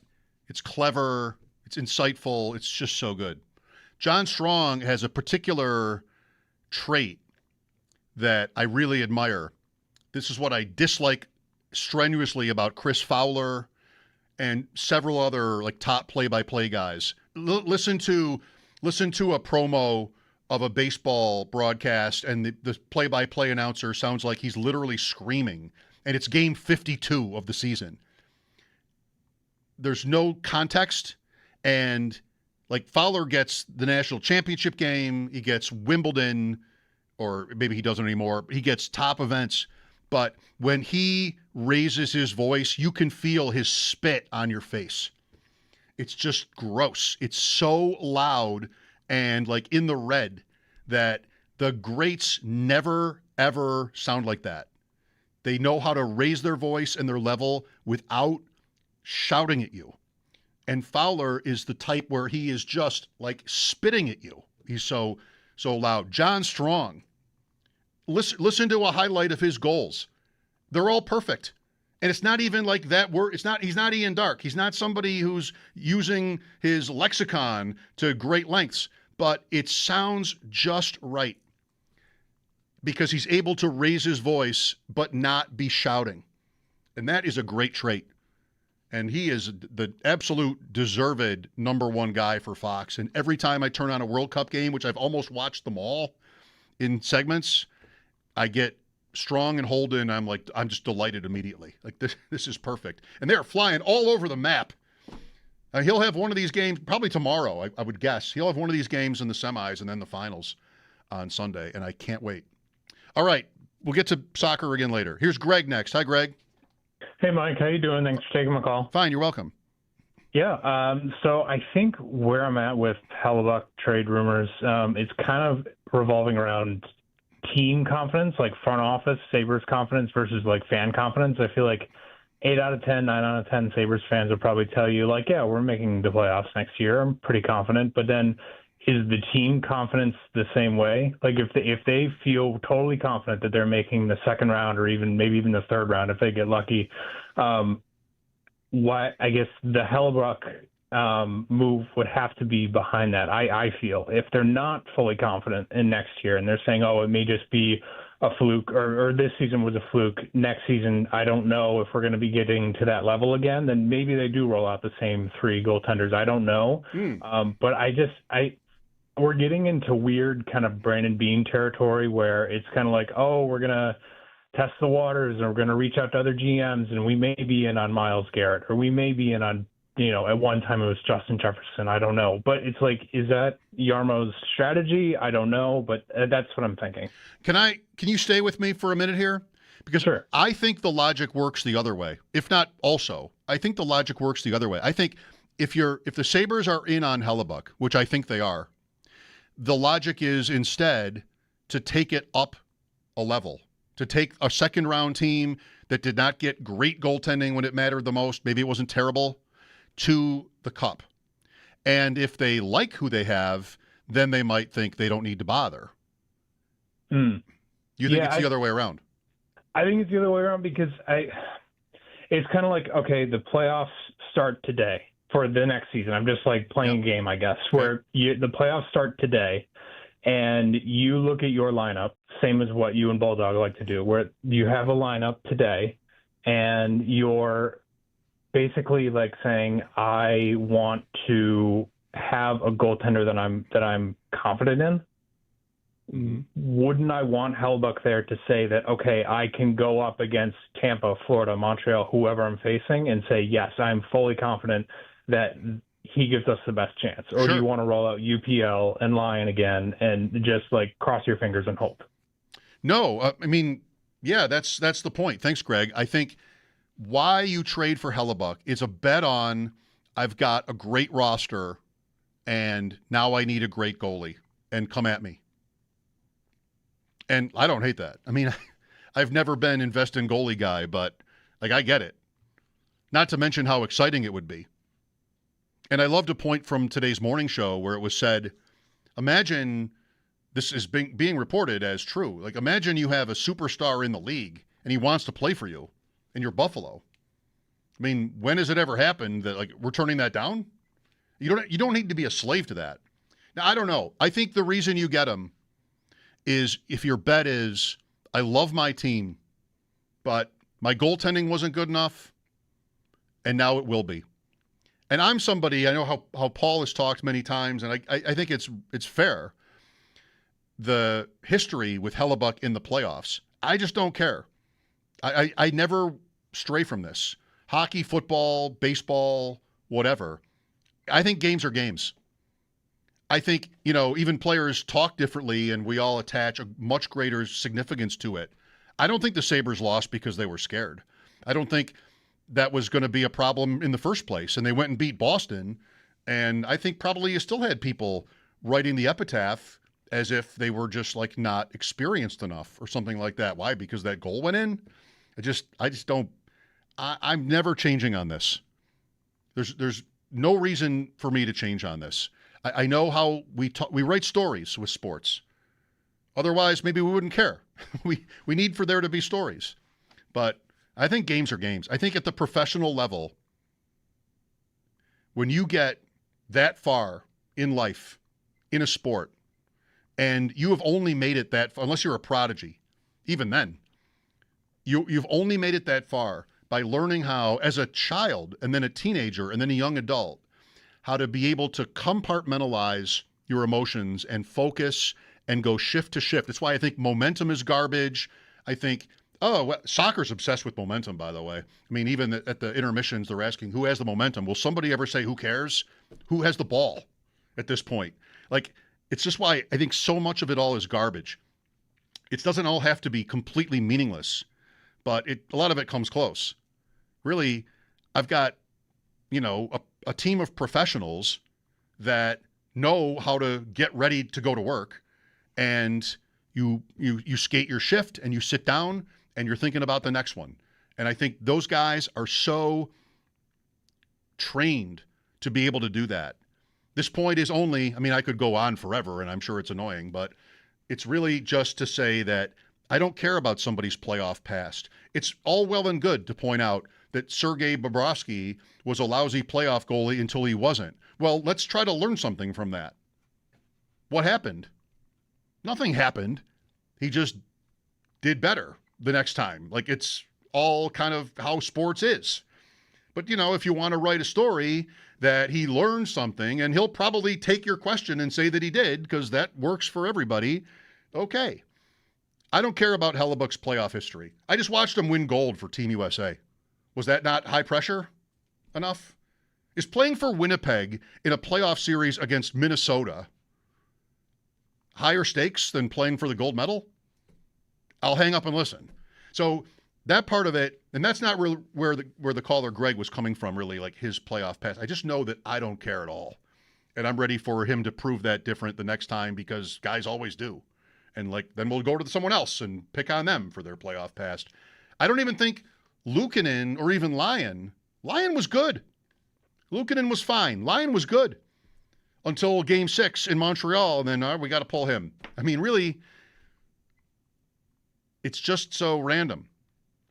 Don't care about Hellebuck's playoff past. I'm not building any argument on Luukkonen based on the Game 7 goal or any of his playoff performances. I don't care. I think, those guys are both, to varying degrees, proven good to great players. But if I'm the Sabres, like I was saying to the caller, if I'm the Sabres, and I'm, in a meeting, which now perhaps would include John Davidson, who was a goalie and has been an executive with Yarmo for many years in Columbus, like they must see him as an important voice. And I'm going to stereotype myself right now by saying, which side do you think he'd be on? Go get your star, go get your goaltender, and go from there. And the Sabres can afford it. They can afford it financially. They can afford it by their roster. It's just a matter of coming to terms if Winnipeg is ready to move him, which I think it is. I think it sounds like every time you look up, there's another Connor Hellebuck trade rumor. And if Winnipeg is ever ready to shoot that down, feel free. They don't. So if you're ready to go win and you think you've got the team to do it, which I think the Sabres are entitled to think, then it's Connor Hellebuck time. And what a rise that would get out of the fans. And maybe the locker room, and maybe the entire hockey world, the NHL world. It was like, okay, Buffalo, I guess you meant it. And we have just almost never been able to feel that. If you think you're going to struggle to make the playoffs, then that's another question, but I don't think really that has to hinge on who your goaltender is. I mean, it was really close. The Sabres ended up in first place, but, I mean, what were they ahead of fifth place? 10 points? Wasn't it like 109, 106, 106, 199? Maybe the top five in that division? I mean, that's a couple of games, head-to-head losses to the team that finished fourth or fifth. Then you flip it. Whether it's anything about the regular season or not, I mean, the Sabres are not going to be considered less of a favorite if they trade Jack Quinn and a first and who? Mertka for Connor Hellebuck. Nobody's dinging them in the odds. Instead, they raise, it's eyeball emojis all over hockey. And you know what? I think it could make sense. I think they're in a spot, in a vacuum, they're in a spot where this is defensible. And they don't live in a vacuum. They live in Buffalo, which never does that, which makes it even more exciting. They're more of a Stanley Cup favorite with him on the team, no matter what they give up. With all the love we want to, time spent fawning over, I couldn't think of the word, time spent fawning over Hellenius and Ostlund and Kulik. They're more of a favorite with Hellebuck.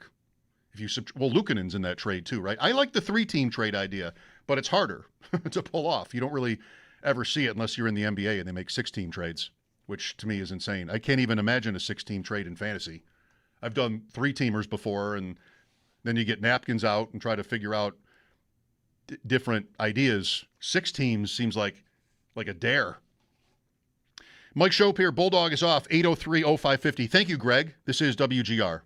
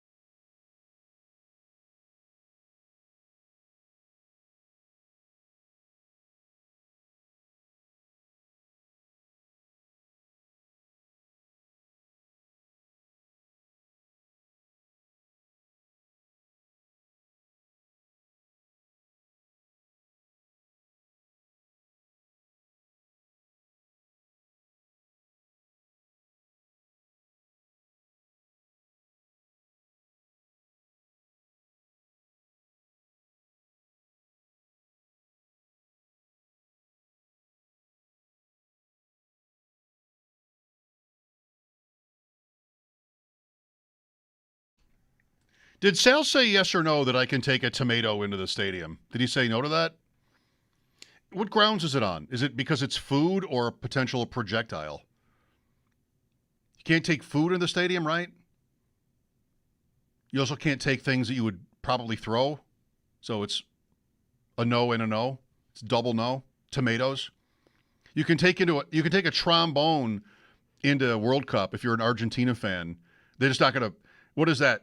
Tell me everything. Is that just like because we don't care tonight? It's the World Cup. Do what you want. Or is there like a provision for brass instruments just because it's part of the atmosphere? You can't take a trombone into a Bills game, I bet. You can take a tomato, or maybe you can't. A deck of cards, is that safe? Am I going to throw them? Can I just play? I want to know all the rules. They're probably out there. More next on WGR.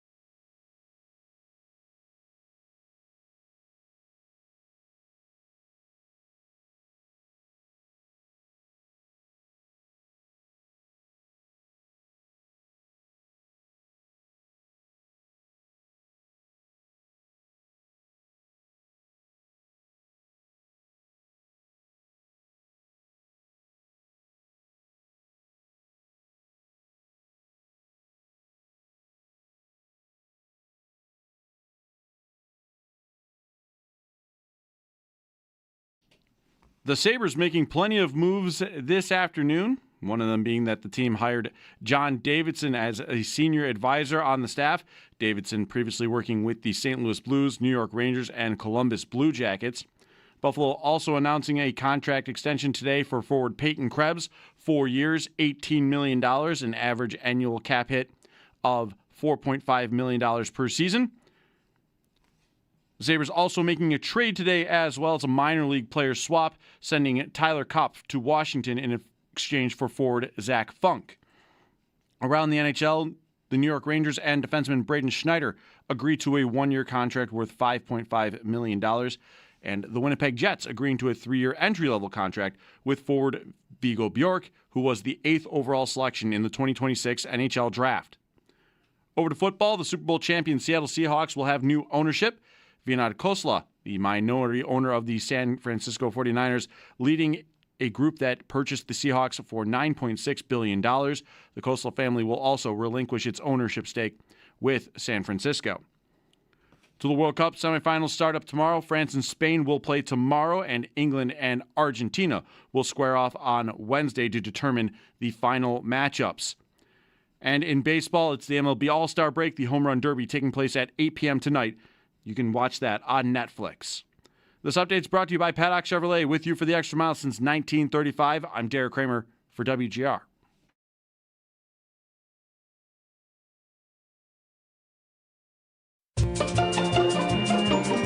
It's Mike Schopp and the Bulldog. Everything was neat. All the chairs were tucked in. It was fine. I didn't have to move anything, and I just walked through and came back. And then just now, I got up and walked around, did the same loop, and there were like 10 chairs as askew in there as I've ever seen. I don't understand. Like, what happened to those chairs? It's Mike Schopp. I don't know. What would make the most sense? And the Bulldog.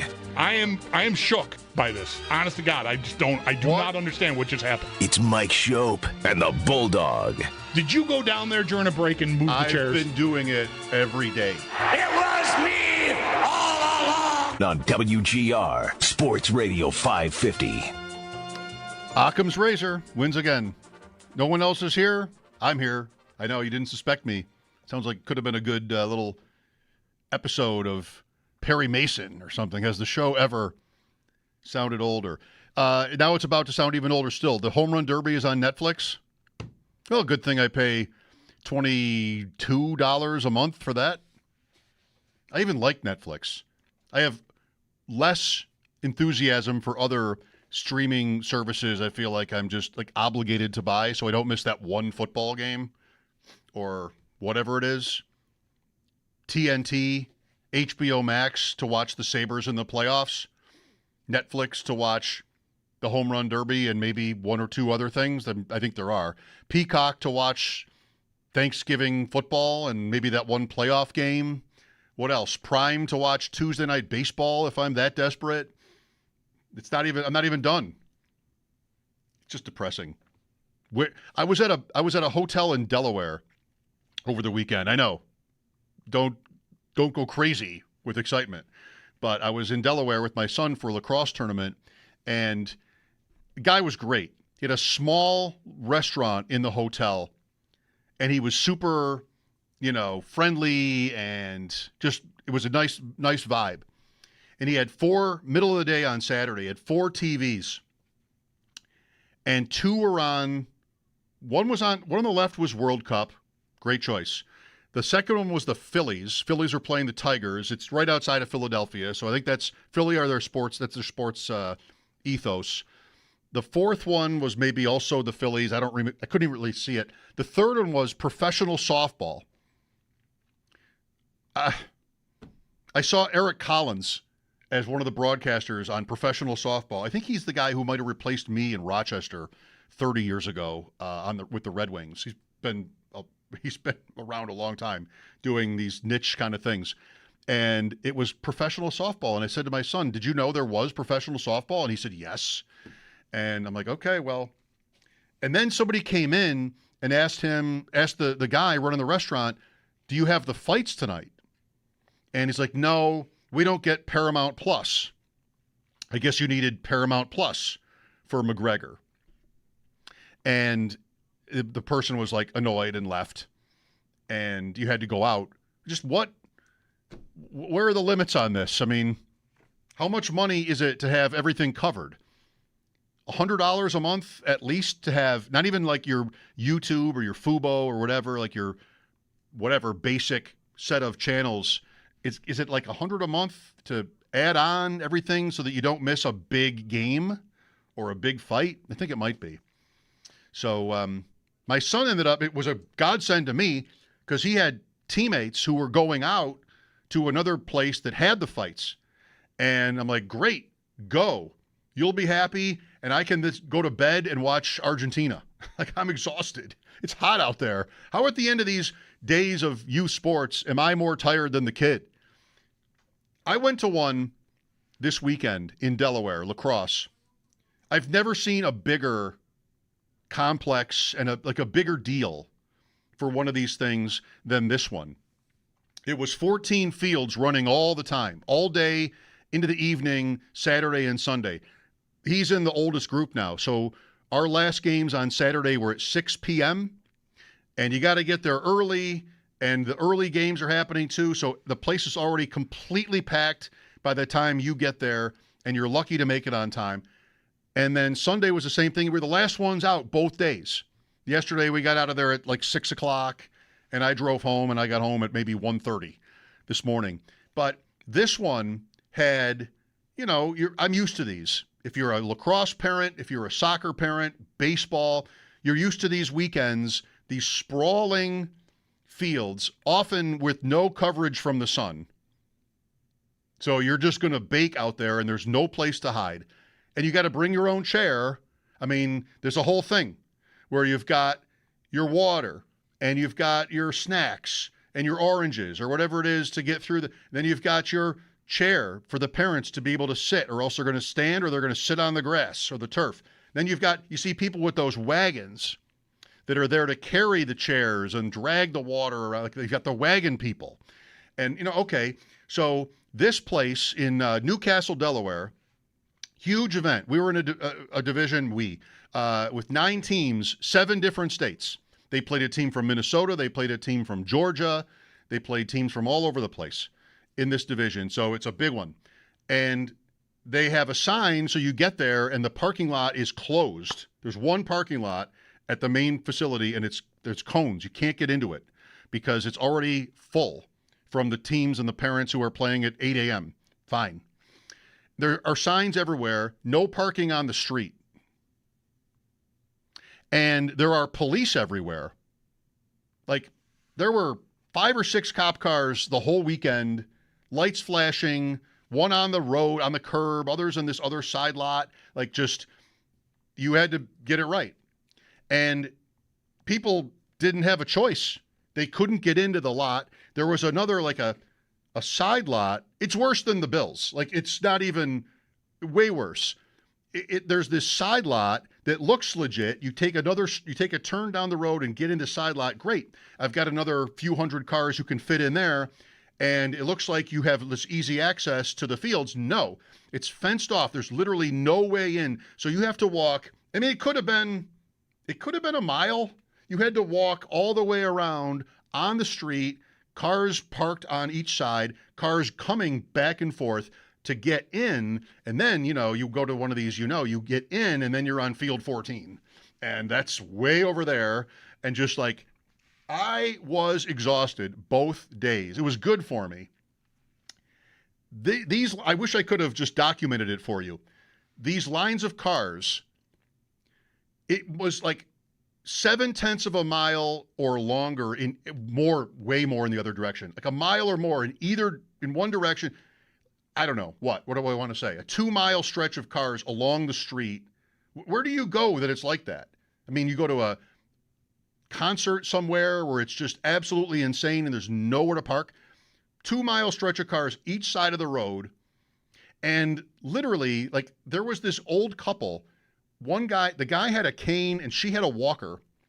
And they were not even within a half mile of the entrance to the facility. And they're just slowly trudging along to get to their grandkids' 8-year-old lacrosse game in Delaware. And I just felt so bad. There was no like drop-off place. Otherwise, great time. I mean, really, the games were good and the competition was excellent.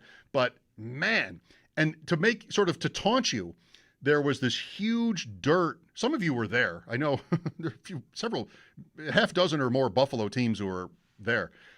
This huge dirt area that the cops all blocked off that kind of looked like it was meant to be parking, but it wasn't paved or it wasn't ready. And so you could not get in there, which just made for a nightmarish. I tried everything. I went around the facility to try to find if there was an entrance into the back. There is no entrance. It's like trying to walk onto Bethpage without going through the main gate. No chance.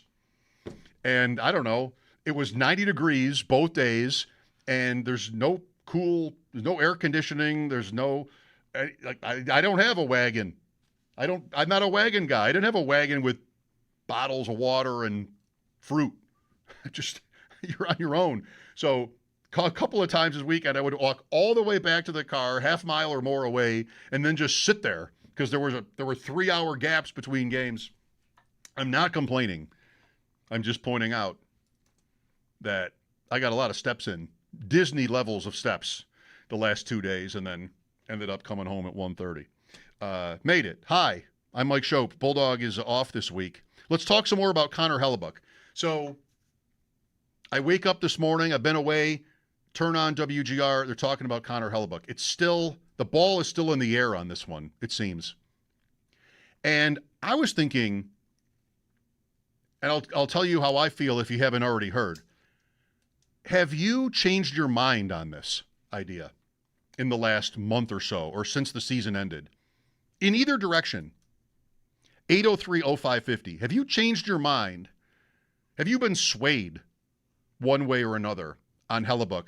I got a call half an hour ago from a guy who was laying out the logic for, well, how good do they think they're going to be? And how does that affect their choice on Hellebuyck? Paul was on earlier, and Paul said this has been consistent from him. They're not going to pay the price on Hellebuyck. So the asking price anyway. And, that's quite possible. They haven't traded for him yet. And that's how this goes. It doesn't often go into the middle of July or even later, but this one might. It seems like a deal where the team is sort of feeling like it has to move on. That's how it sort of reads to me. And that the player wants to go, which is, why the team would feel like it has to move on. Is there an argument that Winnipeg would want to move on because of Hellebuck's season last year and his age? That's how they'll justify it. If they trade him, and whether it's Luukkonen or some other new goalie and combination of players, they'll probably, in a nice way, promote it as, well, things run their course, right? I think for me, and I'd love to know how you feel about this, because I think this has been an interesting thing to measure. I haven't been here for 11 days. And what do we have? We had the draft the week before that, and then free agency July 1st. I was last year on July 2nd. And I was never quite at the point where I was comfortable with this idea. I, for a long time, have not been up for investing big in goaltenders. Look what this team did anyway with the goaltenders they had, et cetera, et cetera. It's not a hard argument to make. But the more I listen to the speculation, the greater my appetite gets. And one thing or the other comes first, but I get hungrier for this idea, and I also can find a way to better justify it. Now I've got Peyton Krebs in the fold for $19 million or $18 million over the next 4 years. I mean, that's a pretty serious investment. They got that done before arbitration hearings. And okay, I don't think you trade him after that. I don't really want to limit myself to who might have to go if they were to make such a trade. But I still think that they want to. I still think that they can, and that Winnipeg wants to. And if they don't, they don't. If Winnipeg doesn't ever come around, well, okay, then we'll just play. The Sabres have an interesting. Do you agree with this? The Sabres have the leverage on Hellebuck? Is that sort of inside out, upside down, if that's true? They had 109 points. And if there's any player in the league that they would deal for, but they can't get it done, okay. Well, let's play. But Winnipeg is in a position of weakness. Not just because they had a down year. They had an excellent year the year before. But if there's pressure internally from Hellebuck to move, and now you have today, apparently somebody thinks that he wants this. And that's a whole other level of this that's exciting because that never happens. Even with the Bills and Josh Allen, most of the time it still ends up being kind of a pipe dream. Whether that was Beckham or Myles Garrett, anybody else Von Miller recommended. We did get Von Miller, which was not in the end a good deal. Could have been. He stays healthy a little bit longer. Maybe that is an all-time great deal. They win. But why wouldn't you do it? Because of his age, and he got hurt, and not money well spent in the end, I would say. It's not entirely fair to the Bills, because what's this about? Let me step back a minute. What is the Hellebuck thing about? It's about taking your swings. And this would be that. So my mind has changed somewhat significantly on this. And I have to say, part of it is like the appetite point. Part of it is that I would just find it so exciting. And isn't that part of sports too? Shouldn't that kind of thing be baked into the equation when you talk about a move that you like or don't like? Even a step further, can't we here in Buffalo appreciate that even more? For all the times our stars have left to go somewhere better. And there is a list that will take us the rest of the day to run down of players that decided this wasn't good enough for them. I got a guy who, not necessarily, but you can certainly make the case, he still got it. He's been arguably the best goalie in the league for like 6 years, most of the last 6 years. If he wants you, how do you say no? What does it cost? Tell me what it costs. And this is really different for me because I am a draft pick hoarder. I am a prospect hoarder. Oh, no.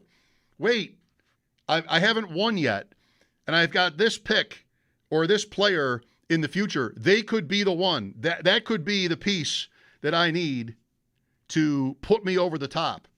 You're telling me I have to give up 4 of those to get one guy? It's just like, it's a really hard one for me. Always. Any situation, 4 for 1. I mean, not in fantasy. The kind of trade you want to make in fantasy is like that, where you're trading for, just a guys, for the 1 star. Why can't that be true in the real sports? Has anybody changed their mind on this? 803-0550 is the number. I would have to say that I have. But certain outside factors come into play, like you're bored. It's summer. You're missing hockey. You're imagining opening night with the gold medal winning goalie from Team USA in net and introduced in that home opener. What does the crowd sound like? Holy cow. USA, if you're into that, it'd be deafening for Hellebuck. Like, that's not a small thing. It would be worth a lot, I think, to everybody in and around the Sabres if they were to do it. And if it costs them, name the names. You could probably get me to a point where I wouldn't do it. But much different than I felt when we last spoke. I'm in the mood. 803-0550 is the number. I've been off more than a week, like I said, and have had all kinds of different things on my mind. That's what always happens when I'm gone for a period of time. Loving World Cup, hate the continuing ridiculously unnecessary, unfortunate footprint that role that replay plays in these games. Did you watch Saturday? I mean, I'm really into it. Maybe you are too. Not everybody is. I didn't see it, but I saw on Twitter England's first goal against Norway hit a pass hit a cable up on, it's LA, right? No, it was Miami. That game was in Miami. But apparently there was some deflection on a pass where maybe that was supposed to be a dead ball and it wasn't noticed, and England went and scored. They get the game into injury time, they score again and win. And now that you have, this is really a big part of the replay problem, now that you have a increasingly intrusive replay system in all sports, where what sports are doing all the time is trying to find more ways to use it, which is inevitably counterproductive, but more ways to use it. So now that you have sort of a belief that replay is going to save you from any bad call, oh, it didn't. What the hell? Why didn't replay fix that? It's another one of many obvious reasons why it doesn't work. So that happens. And then in that night game, holy cow, Argentina and the Swiss. This is a very American football example. Or hockey. It's better. Hockey. Hockey has a rule. Am I right? Do I remember this right? Where officials call a penalty a major, even if they don't think it was, so that they have the recourse to review it and they can bring that back to a minor or take the penalty away. Isn't that right? If the referee calls a minor penalty, there's no reviewing it. If they call a major, they can. And that's really exactly what happened in the soccer game, where Argentina got a yellow for a tackle. And they looked at it more closely. Somebody tells the referee, we want you to look at this more closely. He doesn't do it on his own. They go to the video and decide that the Swiss player, the victim of this, quote, tackle, dived on his own. And because it was a yellow card in the first place, they have the luxury, they have the opportunity to look at the review. And they look at the review and they're like, hey guys, actually, that was not a yellow card and it was diving instead. And because we have the review, that's a yellow card, which is your second. So that's a red card and you're out. And the guy is literally bawling on the field because he can't believe that he just got thrown out of the biggest game of his life for a dive. We all know from watching soccer to whatever extent that diving is a very serious infraction in soccer. It's not like you see it 100 times in every game. But this time, it cost the guy his life in the tournament, and it cost his team the game, probably. Swiss was, like, winning. They were 1-1, but they were taking the play to Argentina. They had just tied the game, and it was going their way. And then this play happens, and because of the letter of the law, now that it's a yellow, that means we can review it, and we'll review it and change it. And I think, and I've heard a lot of people say different, but I know Stu Holden, who had the game on Fox, said something to this effect. You feel that pressure coming and expect contact. And even if you don't, I don't know how this sounds, even if you don't get it, you go down, you're expecting that contact. Is that really a card? And in this case, a second. And, you know, what can I say? I think it was the last day I was here. Maybe after, it wasn't Balogun, but there was something else. I remember saying Balogun, the American player who got the red card, that was overturned after the game had ended. I mean, it wasn't until the next game where they rescinded it or suspended the suspension and let him play. And you had a moment there where you can find, I mean, it's in what, seconds or tenths of seconds. You can find a picture of Balogun stepping on the foot of, it was Bosnia, right? Stepping on the foot of the player. And, oh, red card, and that's what they called. And we had Brandon Cooks against Denver. And, oh, look at this. I can find an exact second or split second of Brandon Cooks with the ball on the ground. Therefore, that's a catch. No, it isn't. Watch the play. That's not a catch. It's an interception. Watch the play. Oh, wait. I've got a picture of the guy with the ball on the ground. I've got a picture of Balogun on the guy's foot. No, it isn't. You can't have both. You cannot be pro Cook's catch, and it's ancient history now, Balogun, but also pro rescind the suspension. Which way do I want that? Both the Cook's catch and the Balogun foul are, I can find I've got a billion cameras. I've got all the technology, and I'll take all the time I want. I can find an image. This is like JFK. You can find an image of exactly what you want to believe. And this is just how it's all being, I can't say ruined. It's not like sports isn't healthy, but man, remember watching, you're old enough to have watched sports and the call was the call? Like, no, I'm getting no's all around me here. No one's old enough anymore to remember that. That was it. We got through it. We still loved it. I'm Mike Schopp, 803-0550. Have you changed your mind on Hellebuck? Thoughts on the replay thing? I know it's just sort of droning on that one, but the World Cup won't quit. Sports won't quit. For the level of officiousness that is supposed to be helping us that isn't. Just see the whole board, people. Back after the update here on WGR.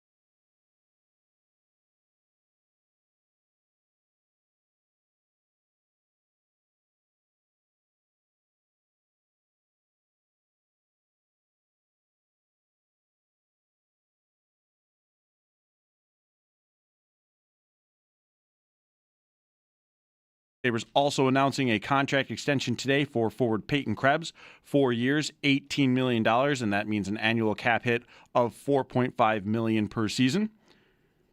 The Sabres also made a trade today, a minor league player swap, as they send Tyler Kopp from the Sabres to Washington in exchange for forward Zach Funk. The New York Rangers signed defenseman Braden Schneider to a one-year contract worth $5.5 million. Schneider was also set for arbitration later this month. And the Winnipeg Jets agreed to a 3-year entry-level contract with forward Viggo Bjork, who was the 8th overall selection in the 2026 NHL Draft. To football, the Seattle Seahawks will have new ownership. Vinod Khosla, a minority owner with the San Francisco 49ers, will relinquish that ownership stake as Khosla leads a group purchasing the Seahawks for $9.6 billion. World Cup semifinals start up tomorrow. France and Spain will play for the right to advance to the finals, and England and Argentina will square off for that same right on Wednesday. To baseball, it's the MLB All-Star break, the Home Run Derby taking place tonight. That one will be at 8 o'clock. Those are your sports headlines brought to you by Paddock Chevrolet, with you for the extra mile since 1935. I'm Derek Kramer. This is WGR.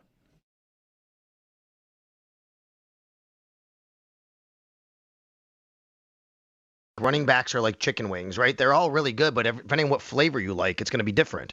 You know, you may have drums or flats, you may like barbecue or hot or something like that, but they all work in some way, shape, or form, hopefully for you. And I think it depends on what you want in a running back and what James Cook does and what other running backs do. And, you know, obviously he's kind of a little bit of Mr. Everything, but the Mr. Everything part hasn't completely shown up in the passing game as much recently. And that's what we expected when he was drafted. I just think the volume will be less this year, giving him the ball, handing it to him. But I think that volume can be made up for by throwing. And I think a really big difference here this year is Pete Carmichael Jr. now being the offensive coordinator. Listen to Sal, by the way, coming over a little bit to my side of thinking when it comes to chicken wings. There certainly is a range. For me, no offense to anybody in the chicken wing world, rabid chicken wing enthusiasts, the range is like this. Good, bad. It's like this. My hands are put next to each other like I could clap them that fast. Like if the goalposts, the distance between the goalposts in football were like reduced by 80%. They're just like this. Here's good, here's bad. What's bad? You know, but Sal's making a important point. Flavor can make the difference. I'm sure chicken wing people will tell you it's more than that. But I don't know. It's always been for me like, yeah, fine. Anytime I'm asked where are the best wings, like, I don't know. Wherever's closest. And I know that's sacrilege, and Bulldog hates when I say that, and I think most people do. But wherever's closest is good enough for me. Now, a lot of other foods are like this. Not chicken wings, not hot dogs, maybe not even pizza. I'm willing to go a little bit wider on pizza, maybe the actual NFL goalpost width.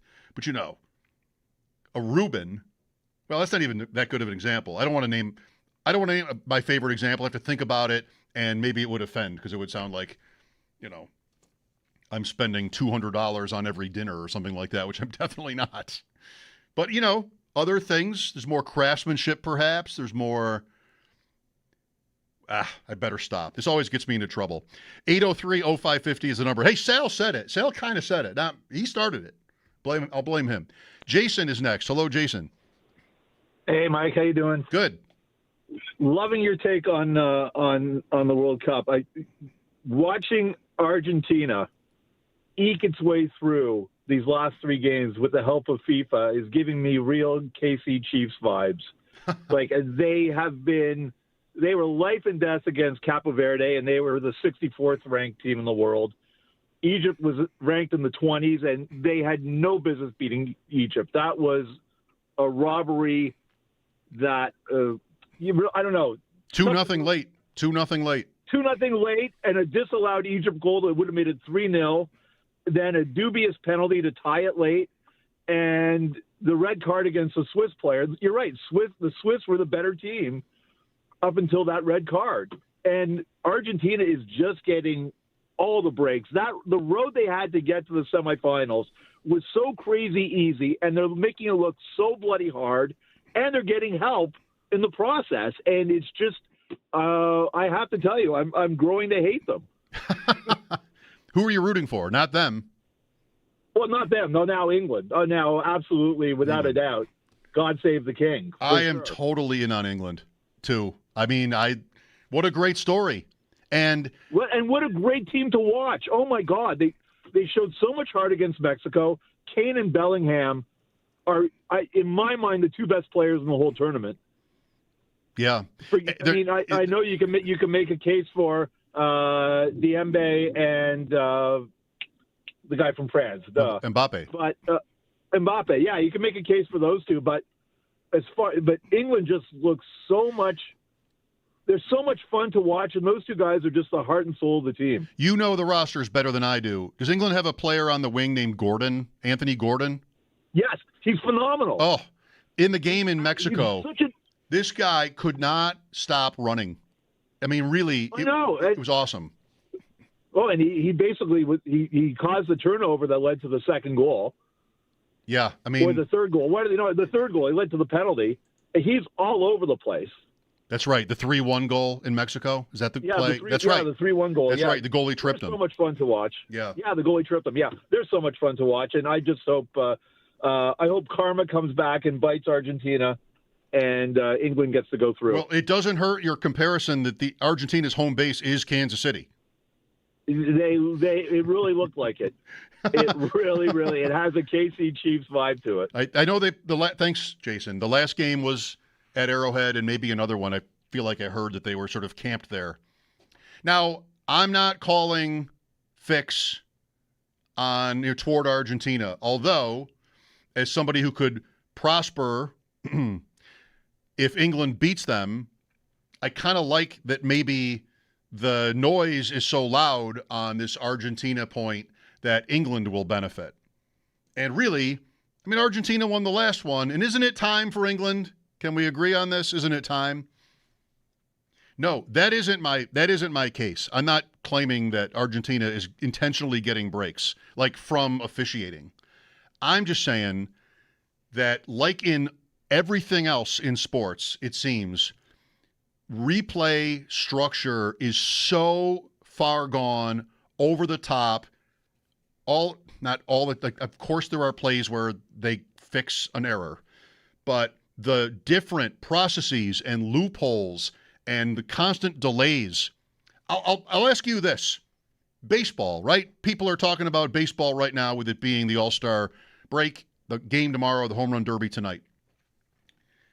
I follow baseball closely. Not as closely as I used to. I couldn't name everybody's starting rotation, but I'm there. All these balls and strike calls, right? I listened to a few different games in my car yesterday, driving to La Crosse and then home. I'll tell you a fun thing about the Padres broadcast in a second. Funny to me. All these balls and strike calls. You ever hear anybody complain about it? Well, I mean, we don't want to complain in life too much. Pick your spots. But, this is fine enough. Batter or catcher, it's almost never the pitcher, although they're allowed to, challenge a call. Umpire comes around home plate, announces to the crowd, so-and-so is challenging the call. And then only seconds later is it decided. And it sounds like to everybody, to me, when it comes to everybody's analysis, broadcasters mostly, at the site, this is not a problem. Arizona has 2 challenges remaining. Toronto's down to 1. Cleveland used its last challenge, and it's only the 4th inning. Their announcers will whine about that. They'll make that a big deal. Like they haven't gone 150 years without any challenge access at all. Now it's like, uh-oh. How many wins is it worth a year? In baseball, if you're the best at challenges, now we've got stats. I heard one, I don't know who it was, maybe the Dodgers. One catcher yesterday got a challenge right. He's got 8 right this year. How many wins? And is it worth any of it? How many wins a year do you add if you're the best team at challenges? Balls and strikes, 2 per game. Is it even 1? Why do we need this? Why do we need soccer to review fouls and have it end up that the card is turned the other way around, which can only happen if it's a card in the first place. Why do we need this? Football, which is always in our face with replay crap, and it's mostly, if not entirely, all crap. Football tried to force down our throats pass interference reviews, and they bailed on it almost immediately. Uh-oh. Well, this isn't going to be good. Because guess what? And this show said it the same day as the word came down that they were going to do this, the same day. Watch what happens. If they want to show these replays, they won't necessarily want to because they'll be so glaringly obvious. If they want to show any pass play in the NFL, any game, I can find pass interference, I promise you. So you want to do it like that? You want to take the entire any pass play in any game, illegal contact, if we include that, even better. Illegal contact, pass interference, holding, any infraction against a defensive back or a linebacker in coverage on any play. I can find you an example of that on almost any play in any season ever. Well, isn't that what we want? Get it right. It's all so stupid. And you can tell from my voice, and I admit it openly every time, I know how annoying this all is because nobody ever really wants to talk about these points and make this point, especially if you're working, if you're in the system, if you're in the machine. You're not going to sit there and Joe Girardi on a Yankees broadcast is not going to go, damn, this is such a waste of time. Who cares? Let's play. Because it only takes 10 seconds. Then it's 40. Then it's 2 minutes. And then it's more. And then it's 162 times whatever it is. Can we just please? Is it really that important that the Texas Rangers get a strike call in the third inning against Seattle in May? Do we have to have that? And then you have it on this World Cup stage, and it's more of a scandal. And you have people who think it's just fixed for Argentina, which I can't believe it is, even if it is FIFA. It's just the dumb system that's a function, a product of how obsessed we are with replay and getting calls right. The Blue Jays played in San Diego yesterday. I had that game on until it ended. Mason Miller, by the way. The Blue Jays, including Guerrero, three strikes and you're out, just blows them all away. The Blue Jays might have been up 4-3 in the eighth, and the Padres scored 2 that eventually won them the game. Manny Machado, this also drives me crazy. It's a good time to force this in with the replay stuff. Manny Machado got a hit in the eighth to drive in a run, and the announcer for the Padres said something like, "Oh, that'll put a smile on your face," which is brought to you by Smile Spirits, vodka, tequila, and more. Like, they have to force into their broadcast, presumably every game, somebody put a smile on your face by something they did. It's like Susan Waldman, what was it, with the Yankees? I forget now. You'll remember. Susan Waldman, Dave Sims, it wasn't the voice of the Yankees. It was something about, like, setting up a game, and it was, like, equally ridiculous just to make that extra money. That'll put a smile on your face, which he's only saying because he's got to read the Smiles liquor spot. Now I'm part of the problem. I'm contributing. I've given, importantly, Smiles liquor a little bit extra juice there. Thanks for listening. I'm Mike Schopp. More next here on WGR.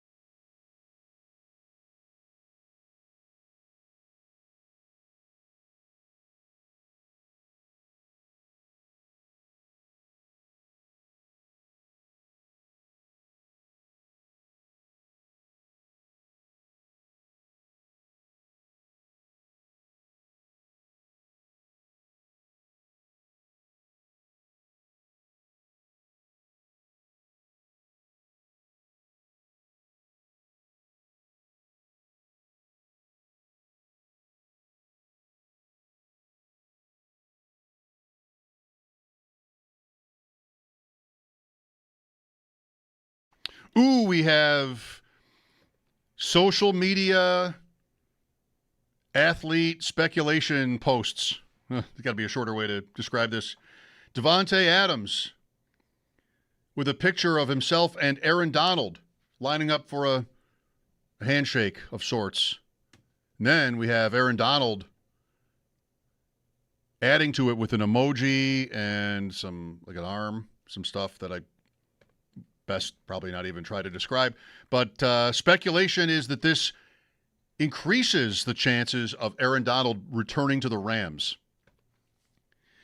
And UnderdogFantasy.com, which offers picks, plays, puts Aaron Donald's chances to play a game for the Rams this year at 81%.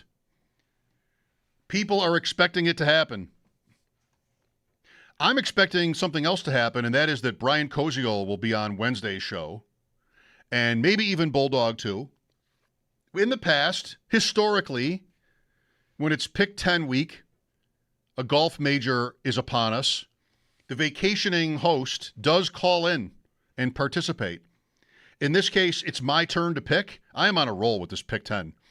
I've been lucky with my picks and lucky with a couple of theirs not working out. So I'm kind of due to lose. And this would be one, this might be the hardest one, the Open Championship. Lots of guys that casual American golf fans maybe have never heard of.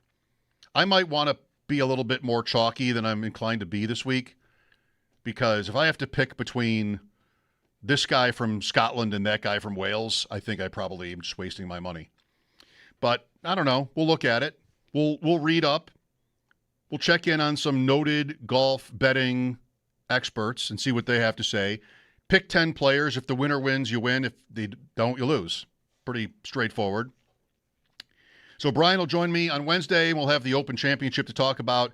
Ideal major tournament for our purposes, in that by the time we get on the air or close to it, or after, once pretty much before we're too far into our show, play for the day is over.